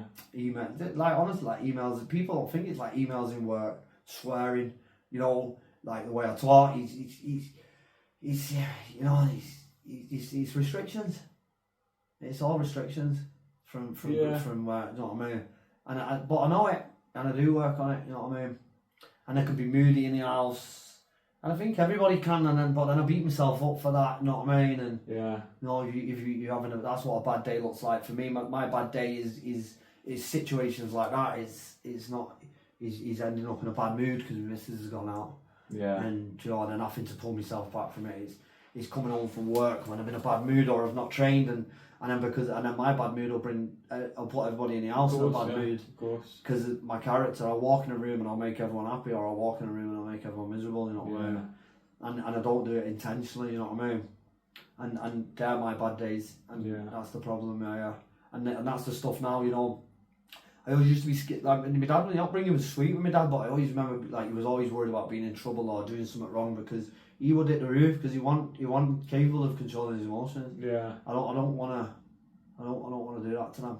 When was the last time you thought about suicide? Last time I used. Yeah. Yeah. Last time I used.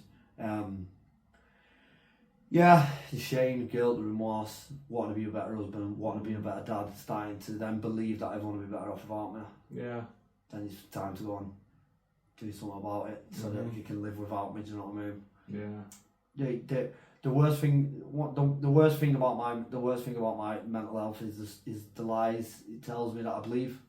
Yeah. So Own worst enemy. the mind on the left hand side, obviously I don't know how the fuck your brain works, but this part of my mind will go, you're this, and this part of my mind will go, that's true.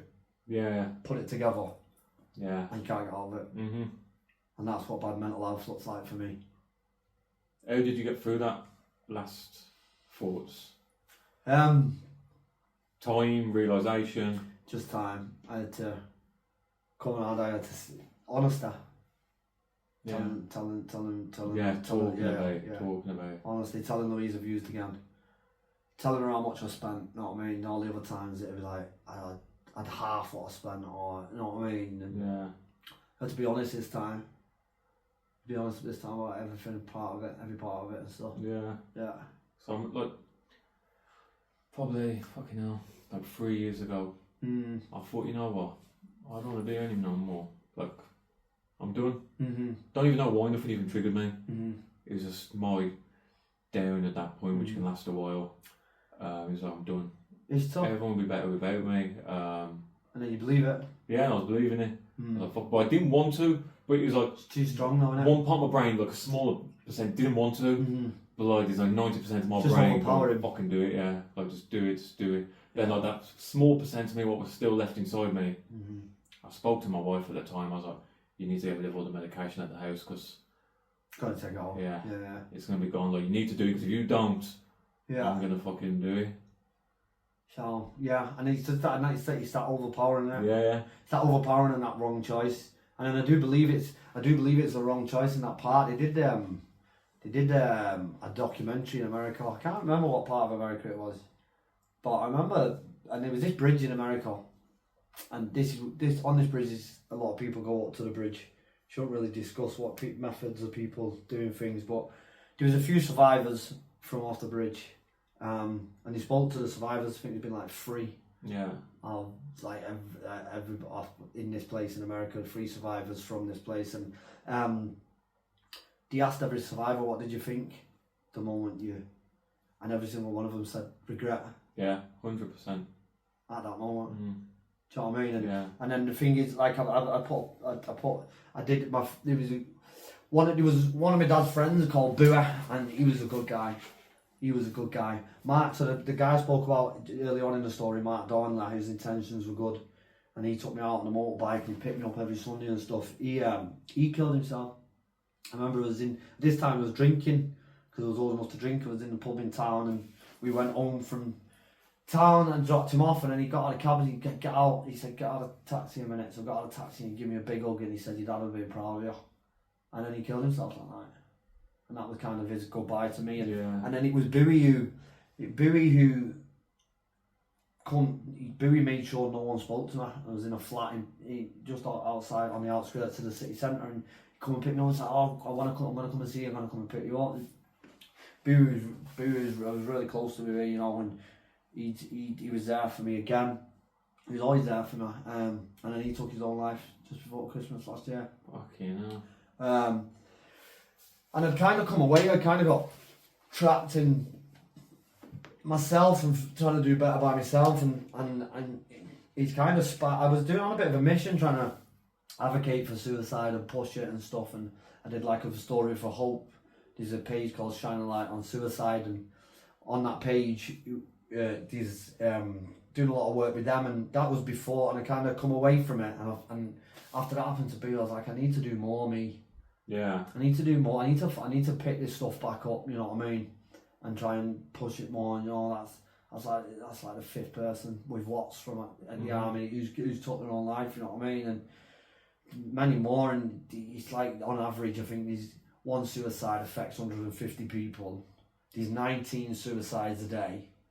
So if that's 150 people affected by that 19, if you times that all, that's 2,800 people a day whose lives have changed forever. Yeah. You know, and there's so I just wanted to do more. You know, there's there's on that website for shining a light from suicide, there's free training on there. It's called Learn How to Save a Life, and that's a 20-minute free course, and I push that, and it's like Papyrus are doing really good work for prevention in suicide in young children. They're bringing it into schools to discuss it, got a free dad's walking.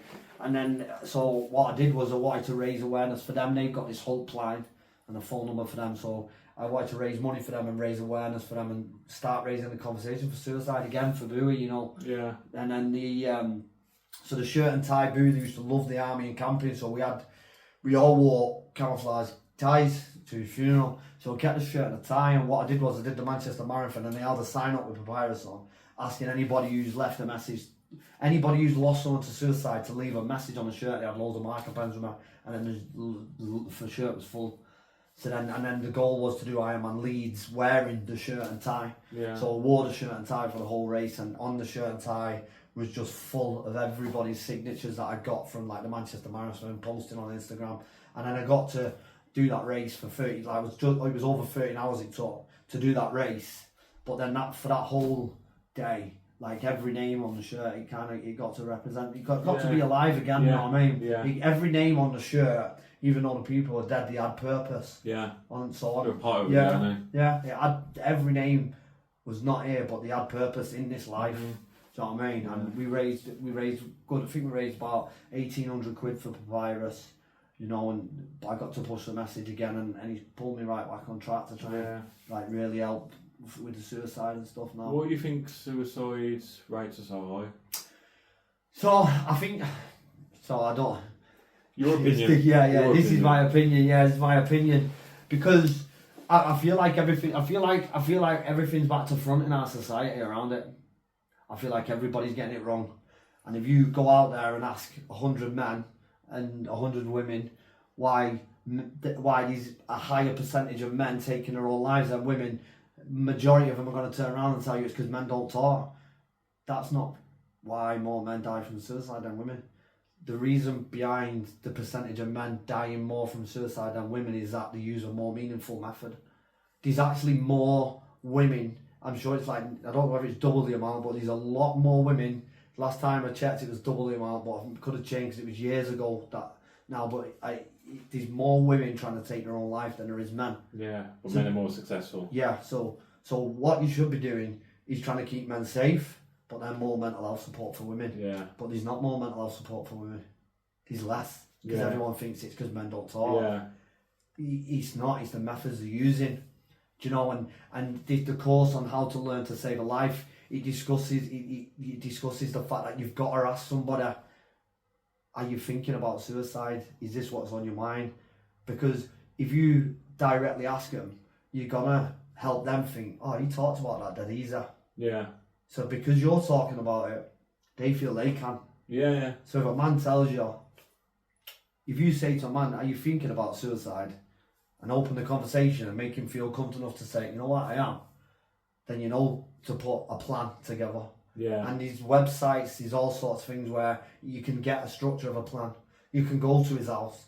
You can take everything out the house that can cause harm. Yeah. You can arrange check-ins, you know, and this is what will keep a man from taking his own life. Do you know what I mean? Yeah. But then you've still got the amount of women actively trying to take their own life. That's a higher percentage than how many men are dying from it. You need to address that as well. Yeah. Do you know what I mean? So there is a high percentage of men killing themselves every day, but I think the percentage works out to like 13 men to 19 people. There's still 6 women every day killing themselves. Yeah. We're not addressing that either. What is nothing being addressed though? What do you think? Because of everybody's opinion. Yeah. That is because men don't talk. So the focus is, well, only 75% of suicides, men. Everyone's opinion is it's because men don't talk. Let's do loads of mental health support for men. I don't even think it's about talking. I think a man will talk. Yeah. So you ask that question, a man will talk. Yeah. It's just there's no spaces for him to talk. No. I don't want to go to the pub and talk. Yeah. Because then I'm boozing. Yeah, because you give you a drink and you're boozing, you're using. Exactly. Yeah. I don't think there's enough spaces for men to talk. I don't think the government do enough. No, agreed.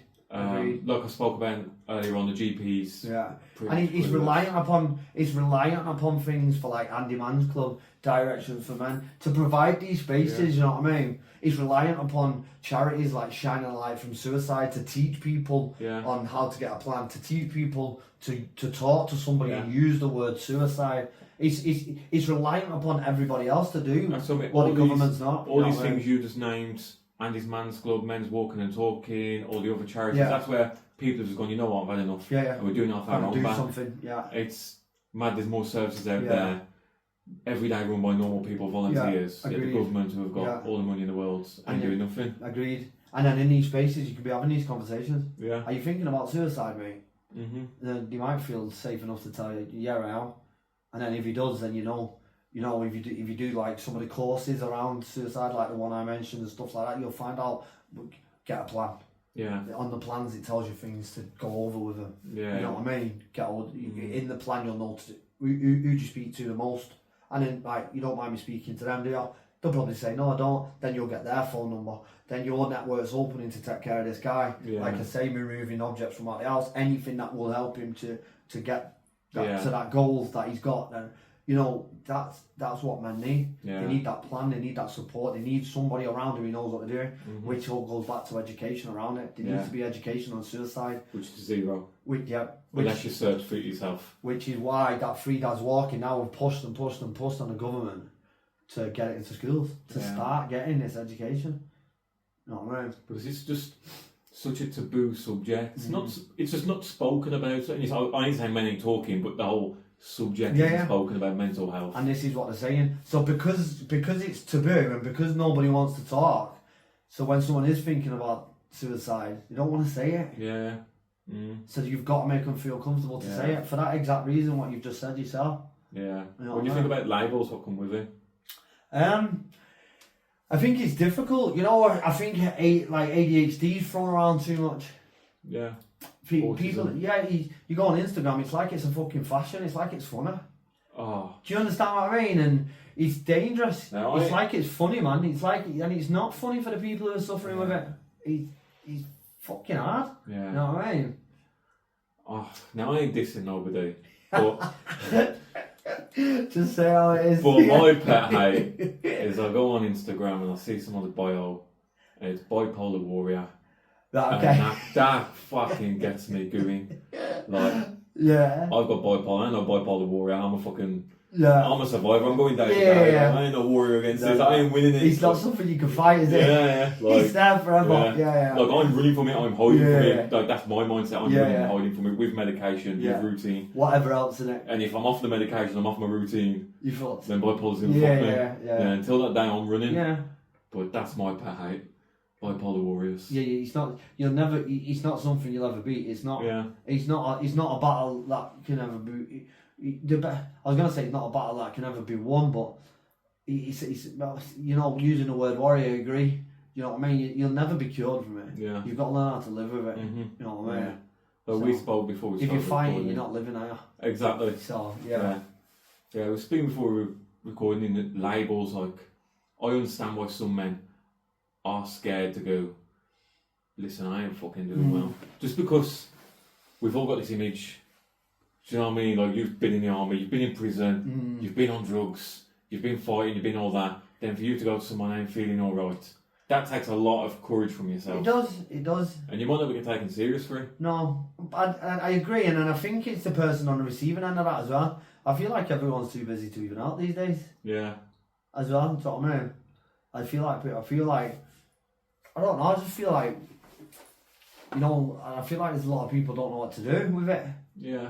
If you do tell them, people have got families and like everything I've been through and like everything I like that I care about and do, do I have the time? Would I have the time if someone come to me and said I'm suicidal? I'd have to then take care of them because I feel like it was my obligation because.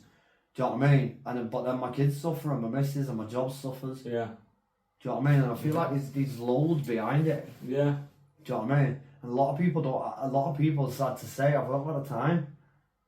And or they make that choice, well, if I look after you, I don't see my kids tonight because I'm sitting with you all night. and you could be sat with someone 5 nights a week. Yeah. Because that's like, someone might need that. That's the reality, yeah. Yeah, do you know what I mean? So it's different, it's tough. Yeah. It's the biggest challenge. It's the biggest thing it's the biggest challenge the country's got. Yeah. And every other country. You know what I mean?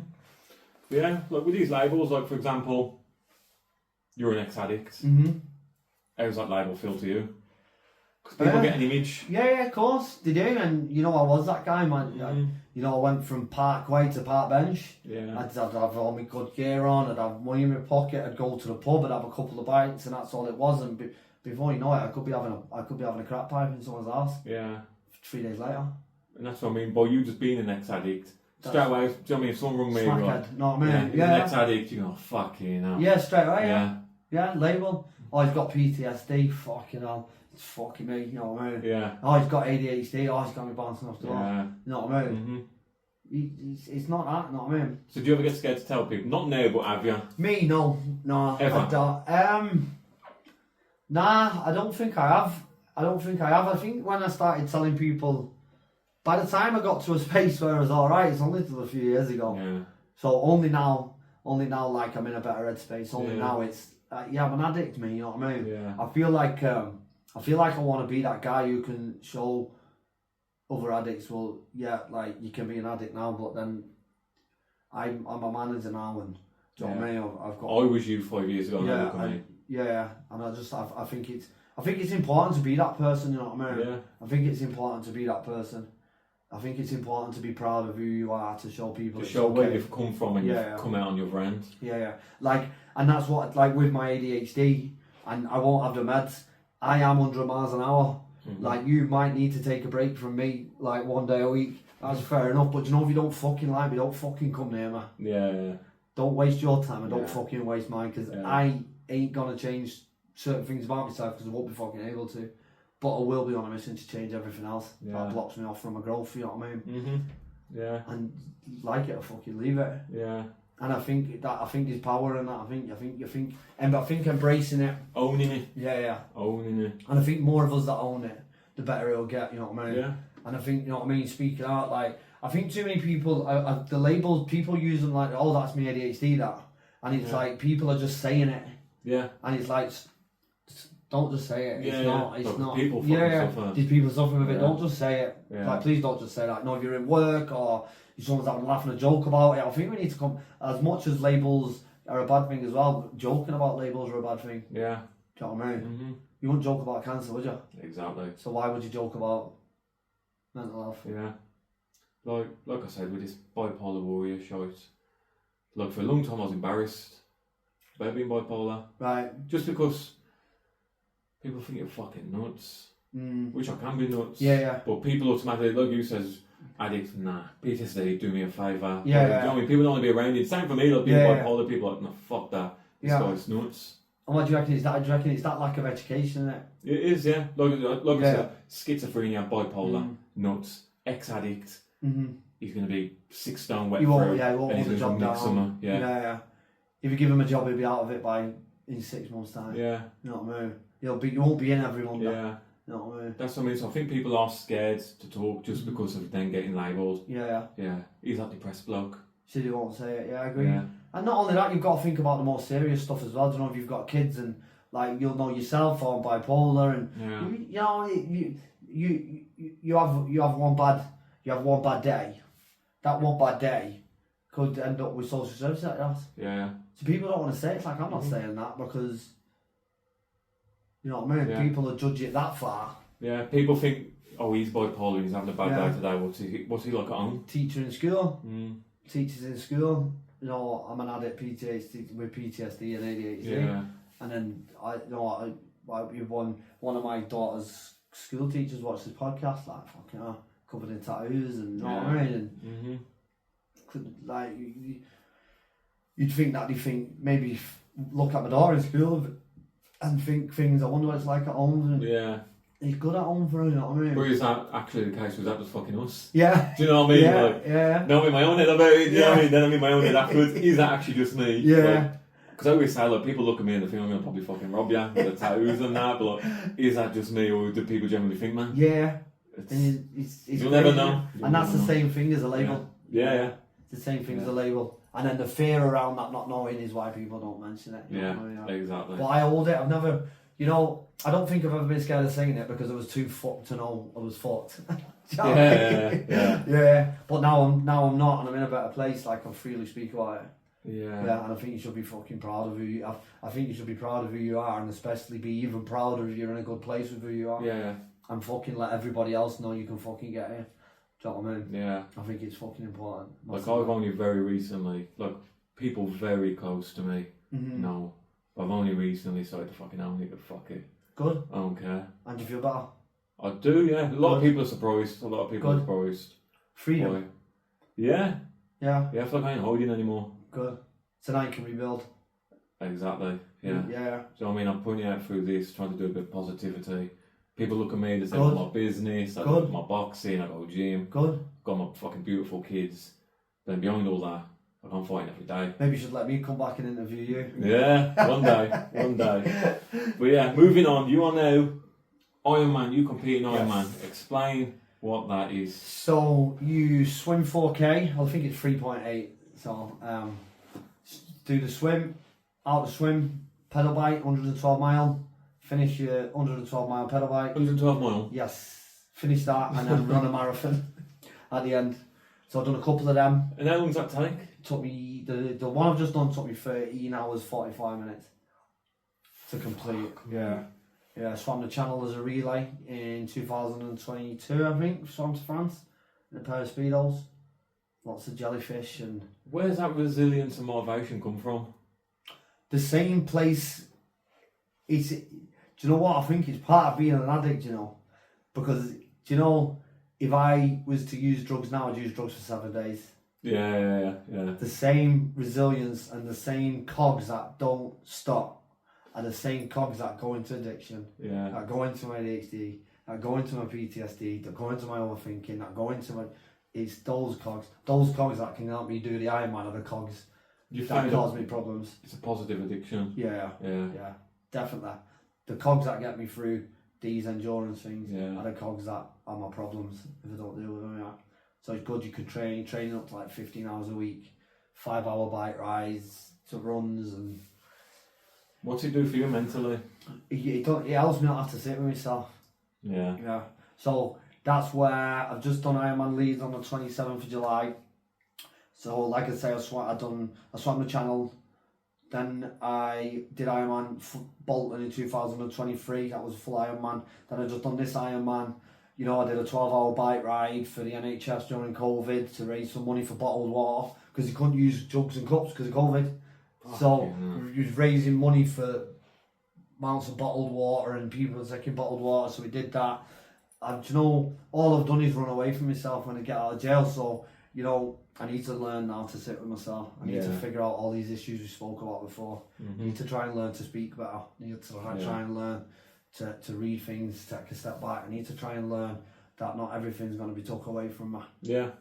So whilst it's really good for me because it kept to keep me away from all this stuff, but it's time now. Like I've done really well, but this journey is ongoing, and it's time now to be comfortable in my own skin. Yeah. And not run away from it for 13 hours. Do you know what I mean? Own it. It's that pain. It's that place of pain as well. So where I was at 134 miles in Ironman Leeds with a 10k run left to do, I was in that much of a space where I didn't know what to fucking do because I was thinking, right, it was I'll walk 3.3 of a mile, I'll run 0.7 of a mile, and then that lasted 3 miles, and then it was just walking, trying to run, and they could have been World War III starting when I was in that place of pain at 134 miles, and I'm all free from it all. Yeah. I'm in so much pain, I'm free from everything. Yeah. And that's what it gives me. It puts me in that place where I'm suffering that much, I'm away from everything. There's so much freedom in that pain when you're there. So much freedom in it. And I think that's why a lot of people do it, is to find the freedom within the pain that something brings. Boxing, is that a question? Is that not a question? Is that something, when you say it, is that true? Does that, when you're in that boxing ring, you're doing 12 rounds, are you free? Oh, mate. I hate getting hit. Oh, do you? I hate getting hit. I don't want to get hit, bro. I want to hit someone. Yeah. But are you free in that moment? Free, yeah. You are in that moment. So work, stress, children, family life, everything that's a stress to you. I am locked in. Are you thinking about it? I am locked into that person across me, that ring. So there's your freedom from everything in life, innit? Yeah. Till that fight's over, you're free from every single thing that's been bothering you before. But you can even take it down onto smaller parts of anyone listening. Like your positive output is doing insane. I'm in competition. They build different stuff. I'm not about that life. Boxing might not be for you, but like when you're competing, you're that end goal. You are in that moment. And I'm fighting. I am one-on-one. Yeah. People, just go for a walk. Yeah. Go to a waterfall. Yeah. You are going to that waterfall. Of course, agree. You are going to that waterfall. That is your target. Yeah. That is your destination. Agreed. In that moment. Yeah. And I think that's what it does to people. Yeah. I think it really does. I think it gives them that freedom. I'll say to anyone who's struggling, go outside. Take some deep breaths and walk. Agreed. Just walk. See how big the world is. Yeah. As well. Yeah. You know what I mean? As well, I would say that. Go to a forest and the sea for me. I love the sea. Yeah. I love the sea. Yeah. Absolutely love the sea. T-shirt, married to the sea. I was in Cornwall. I had to buy the T-shirt. Love the sea. Yeah. What would you recommend to others who are struggling? To it depends on it, because I know the severity of mental health. You know what I mean? I know the severity of it. So if you're feeling like you want to go to the doctors and you're feeling like you need medication, go and do it. Mm-hmm.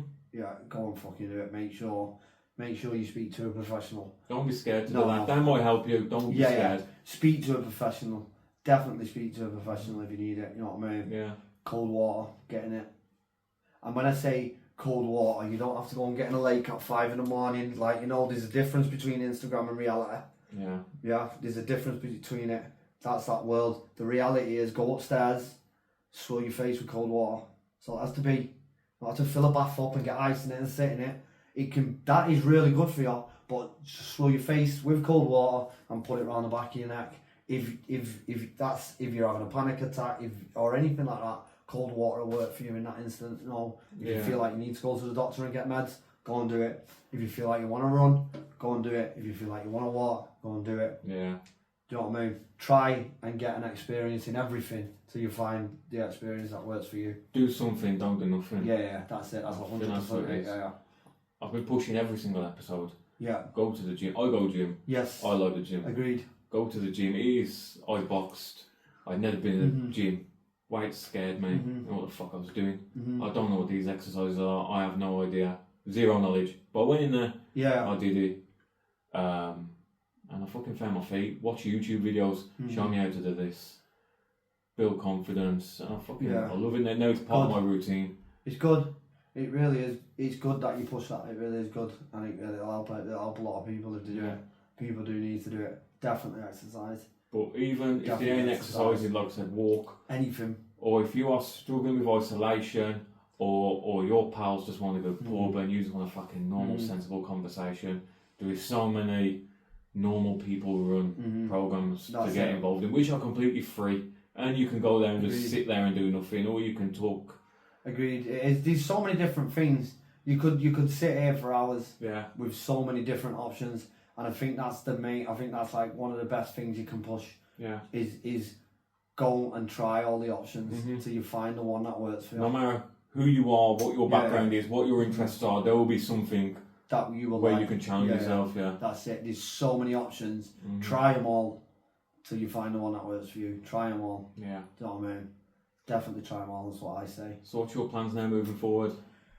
I want to be successful at work. Trying to get a mortgage across the line at the minute. Obviously a high interest rate because of fucking me. Yeah. Trying to sort of debts out and stuff like that.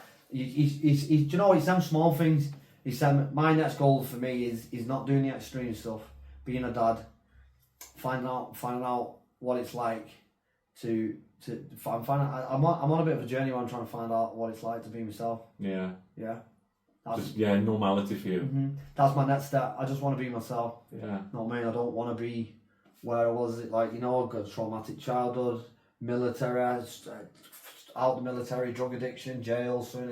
I I want to find out who I am, because all that's too much to put in a box to say that it's me. Yeah. I need to find out who I am. That's just everything I've been through. I don't know who I am yet. I mean, that stuff was you. Yeah, you today. Yeah. And that's what I'm on, you know. I'm a good employee. Work trusts me, you know. Like the bosses at work like me, you know, they give me opportunities there. And the only things I like to say is just, it's about, that's the next thing for me, is tweaking myself. Yeah. Yeah, the growth within myself, you know what I mean? Yeah. What about your book you're coming out? Yes, so forgot about that. Look yeah. So the 11th of September got a book launch in Manchester. It's at the Manchester Museum. Criminology brought to life through lived experience. It's a textbook, so Manchester University involved, Liverpool, Hull, London, and then I think there's a guy from Queen's University, Belfast. He's from New York, so he's from New York. It's called Shad Moran. He's really high up in criminology. He works in Queen's Belfast. So I've done loads of interviews about the story that I've just told you. And then each interview was sent off to different universities who specialise in different things in criminology. Yeah. So I did a criminology programme inside when I was away, and it was called Learning Together. And Manchester University brought students into jail, and then we would sit and do the seminar together. And then at the end of the year, we took our material back to ourselves, and we did our essay and our questionnaires, and then we all got marks on it. Yeah. So this Learning Together programme, that's how I got with the universities, and that's how this kind of grew into this space with the book, yeah. And we was actually, forgot to tell you, I was in a terror attack in London. Oh, Sam. Yeah. Slip of the mind. Yeah, I just forgot to, so I got out and I emailed Manchester, I emailed the girl, Emily, from Manchester University, and I was like, look, I want to give something back. I want to come and speak to the students in criminology and try and help out. And then he started bringing me in and would answer questions, trying so the students could learn. Then he invited me to London. So we went to Fishmongers Hall for this big event, and everybody in there from all over the country who'd done the Learning Together programme was in there. And then there was a guy in the room who was released early from terrorist offences. We was all in there for different things. The room got split in half. He wasn't in my room. So that again, fate covered in soldier tattoos and stuff like that. He wasn't in my room. We was in the back room with a guy from New York who was like a rapper and did poetry, and we was all doing poems. So then me with Manchester University, we did this poem, and then we all gathered back in the other room. And then the first room went on the stage to start talking about what they did in that room. And then there was pure screaming then, like loads of screaming coming from out the door. And I was thinking, fuck's that? But I didn't know whether it was just like girls at first. And then it carried on, and I thought, that's not right, that. Yeah. That's not right. And so a woman's come running through the door, and she was like, is anybody a doctor? Is anybody? And I was like, something bad's here. So then I jumped up. I was like, I'm not a doctor, but I can help. Because obviously I'd been to Afghanistan, you know what I mean? It was, obviously I was trained because I was like, they trained us all in like being field medics and stuff, you know, like basic. So I was like, so I'd gone to help. Yeah. And obviously the girl Saskia, she at the time, she was stabbed to death. The guy Tom was stabbed to death, and the guy was stabbing everybody. But then the girls who I was with from the university, and the two doctors and the young girl, I could hear them screaming for me because they didn't know nobody else in the room. Yeah. So I bolted off to go and help these people who've been killed and stabbed like where the doors was, and then they were screaming for me. So then I've come back then to help them. Do you know what I mean? There's not really much I could do. So I'd gone out on the floor. We'd gone out on the staircase, and obviously like unfortunately people had died, and then there was a guy took a tusk off the wall, and then he was chased. It's the fucking Tower Bridge one. Yeah. So then he chased him out of the room. So then obviously I'm watching the guy running down the stairs. So I'm thinking, right, well he's kind of dealt with because there was like a waiter guy dealing with him, the guy with a tusk, some other guy. So then these was screaming for me. So then I've gone back for them. So I said, come on, I'll get you out. So then I was just like, we found a way out. We took all our tags off because I'm like, this could be. It could be someone outside the door, like you don't know, and so we'd all took our tags off because it could be like coordinated. And I'm thinking this puts us all together, so you know, like we don't blend in. We've got these on, and then we ended up going out down the stairs, and I remember I ended up gathering like as many people together as I could. I ended up with a big group of us. I was like, so then I heard the gunshots on the bridge, and then everyone was like, "What's that?" So I was just like, "The gunshots. Now let's go this way." So do you know what I mean? It's obviously going on that way. I'm going, let's go this way. Yeah. So then there was this other kid called Alex. I was locked up with him. He'd come and I was like, Alex, like, he was like, just, we'll stay at the front here. We'll watch out. I said, we just saw these. Make sure you follow us and we'll just stay at the front. And we ended up getting them to this place called the Cavern or something like that in London. Like these restaurants, and sat everybody down. I was like, what do you want to drink? You know what I mean? And then that was kind of it. You know, we stayed there. So let's just stay here. Do you know what I mean? Don't go nowhere. Let's just stay right where we are. Do you know what I mean? Left it for a while, and then we got the train home. And then on the train home, I said, we brought it up. Instead of thinking about writing a book. On the train home, we was just discussing it on the train home. I wanted to change the conversation because there was a young girl, and do you know what I mean? So obviously, I felt sorry for her, and I felt sorry for them, and I just really wanted to change the conversation. And I knew they all love criminology, so I just said, like, I'm thinking about writing a book. What do you think? And I was just trying to get them to feel better. You know, you could tell they'd not been through stuff like that before, like the pain, like the worry, like the screams and stuff. Like you knew that was, and you knew it was. I think you feel bad for him, you know. I feel like you know, they've been exposed to it. Yeah, like that was their. I knew that was their first ever bad thing that he was involved in. Yeah, you could, you know, I kind of just roll with it. Me, like I'm just okay with what happens. You know what I mean? I kind of can get cut off sometimes from emotions and what other people feel like it's only natural for me. You know what I mean? But then I sometimes think about that with them and. I could tell how scared he was. I had a split second choice, you know. It's like do I carry on chasing the guy to the bottom of the bridge, and I wanted to hammer him, you know what I mean? Glass bottles in my hand and everything, you know what I mean? Throwing them at him, and I had a split second choice. Do I do all this crazy stuff and chase him out, or do I look after these people who need me? And it was like, well, they're weighed up the situation. I can't do nothing out there. It is what it is out there. So I got them. I thought they need me more. I could tell they needed me more. So then I made sure I got them out of the building. Fair play, mate. You have left. The story will last. I forgot about that. Yeah. So then that's how the book come. That's off the conversation on the train home. It's born from. Yeah. So the book's launched. It took us years. So that was years ago now. So it was literally that moment. Speaking from that moment.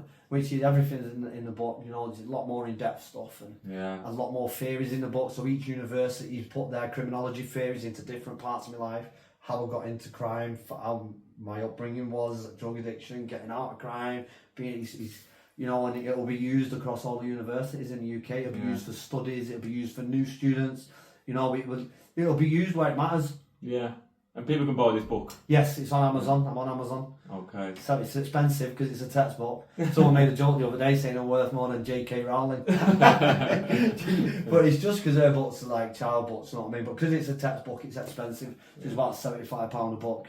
There's a lot of, it's took a lot of years, it's took a lot of work. There's a lot more gone into it than... So basically your book is your life story, sent off to all different experts, and they've all chipped in. This part of your story is due to potentially this. A, B, and C, Okay. And everybody's got that. So like Liverpool University specialise in in military and criminology. So this Dr. Emma, I can't remember. I don't know if she's a doctor or a professor. She's professional in military and people in criminal life. Her chapter is solely on that. Manchester specialises in relationships in criminology, so their chapter is like all about relationships. London specialises in sports and criminology, so their chapter's all about on sports and coming away from crime. You know what I mean? I've Hull and I don't know what the other ones are involved in, but they're all specialised in different parts of systems, and my story's got it all, I suppose. So it's very interesting. So they put it together. So I've read the book. Well, I've read the draft. To be fair, a lot of the stuff when it started getting really in depth, it's a very educated read. Yeah. Very educated read. So I kind of just proofread what I already knew about myself to make sure, you know. I'd think about my children and that as well. Yeah. What they might read one day, you know what I mean? Yeah. But by the time this is out, your book is out, so Yes. people can go and buy that on Amazon right now. Yes, Yeah. yeah, you can pre-order it if you want. Yeah. A special. No, so that's the next chapter. Yeah, who knows? Yeah. Who knows? As long as it's helping someone, I don't care. You know what I Exactly, mean? yeah. It's not, the book's not about a percentage of money. You know what I mean? It's really, really not. Yeah. You know, I think the publisher gets most of it anyway because he's taking a chance. He's printing all this stuff and he's taking a chance. So it don't bother me at all about the money. But you know, if he's gonna help you and you want to read it and learn some stuff and learn about criminology, then get the book. You know, Even if it's one person, same as this podcast. Yeah. I've said it all along. If one person can get hope from listening to you or listening to they me, matter the most. that's needs a job done. That one person matters the most. Or if they do go to Andy's Man's Club that one time, and they go, do you know what I mean? I'm glad I fucking heard about that. And that's the one person that matters to go there. Exactly. Yeah, and to do that training course. I always drum on about that training course. Yeah. So. Last question. Looking back right now, what would you say to 13-year-old you? Ooh, I'm sorry for what I've done to him. Yeah. Yeah. I'd apologise. You know what I mean? And I'd tell him everything will be alright. It's nice, mate. Yeah. So. Anything else to say? No. Thank you. No, thank you. Yeah. It's been a pleasure. Yeah, it really has. Appreciate it. Well, mate, thank you very much. Nice. Thank you for listening to From Rock Bottom. If this episode spoke to you, please subscribe, like and share. It really helps us keep doing this work and bringing these stories to light. You can also follow us on social media for updates, behind the scenes content and ways to get involved in the conversation. Most importantly, if you're struggling right now, please don't suffer in silence. Reach out, talk to someone, seek support.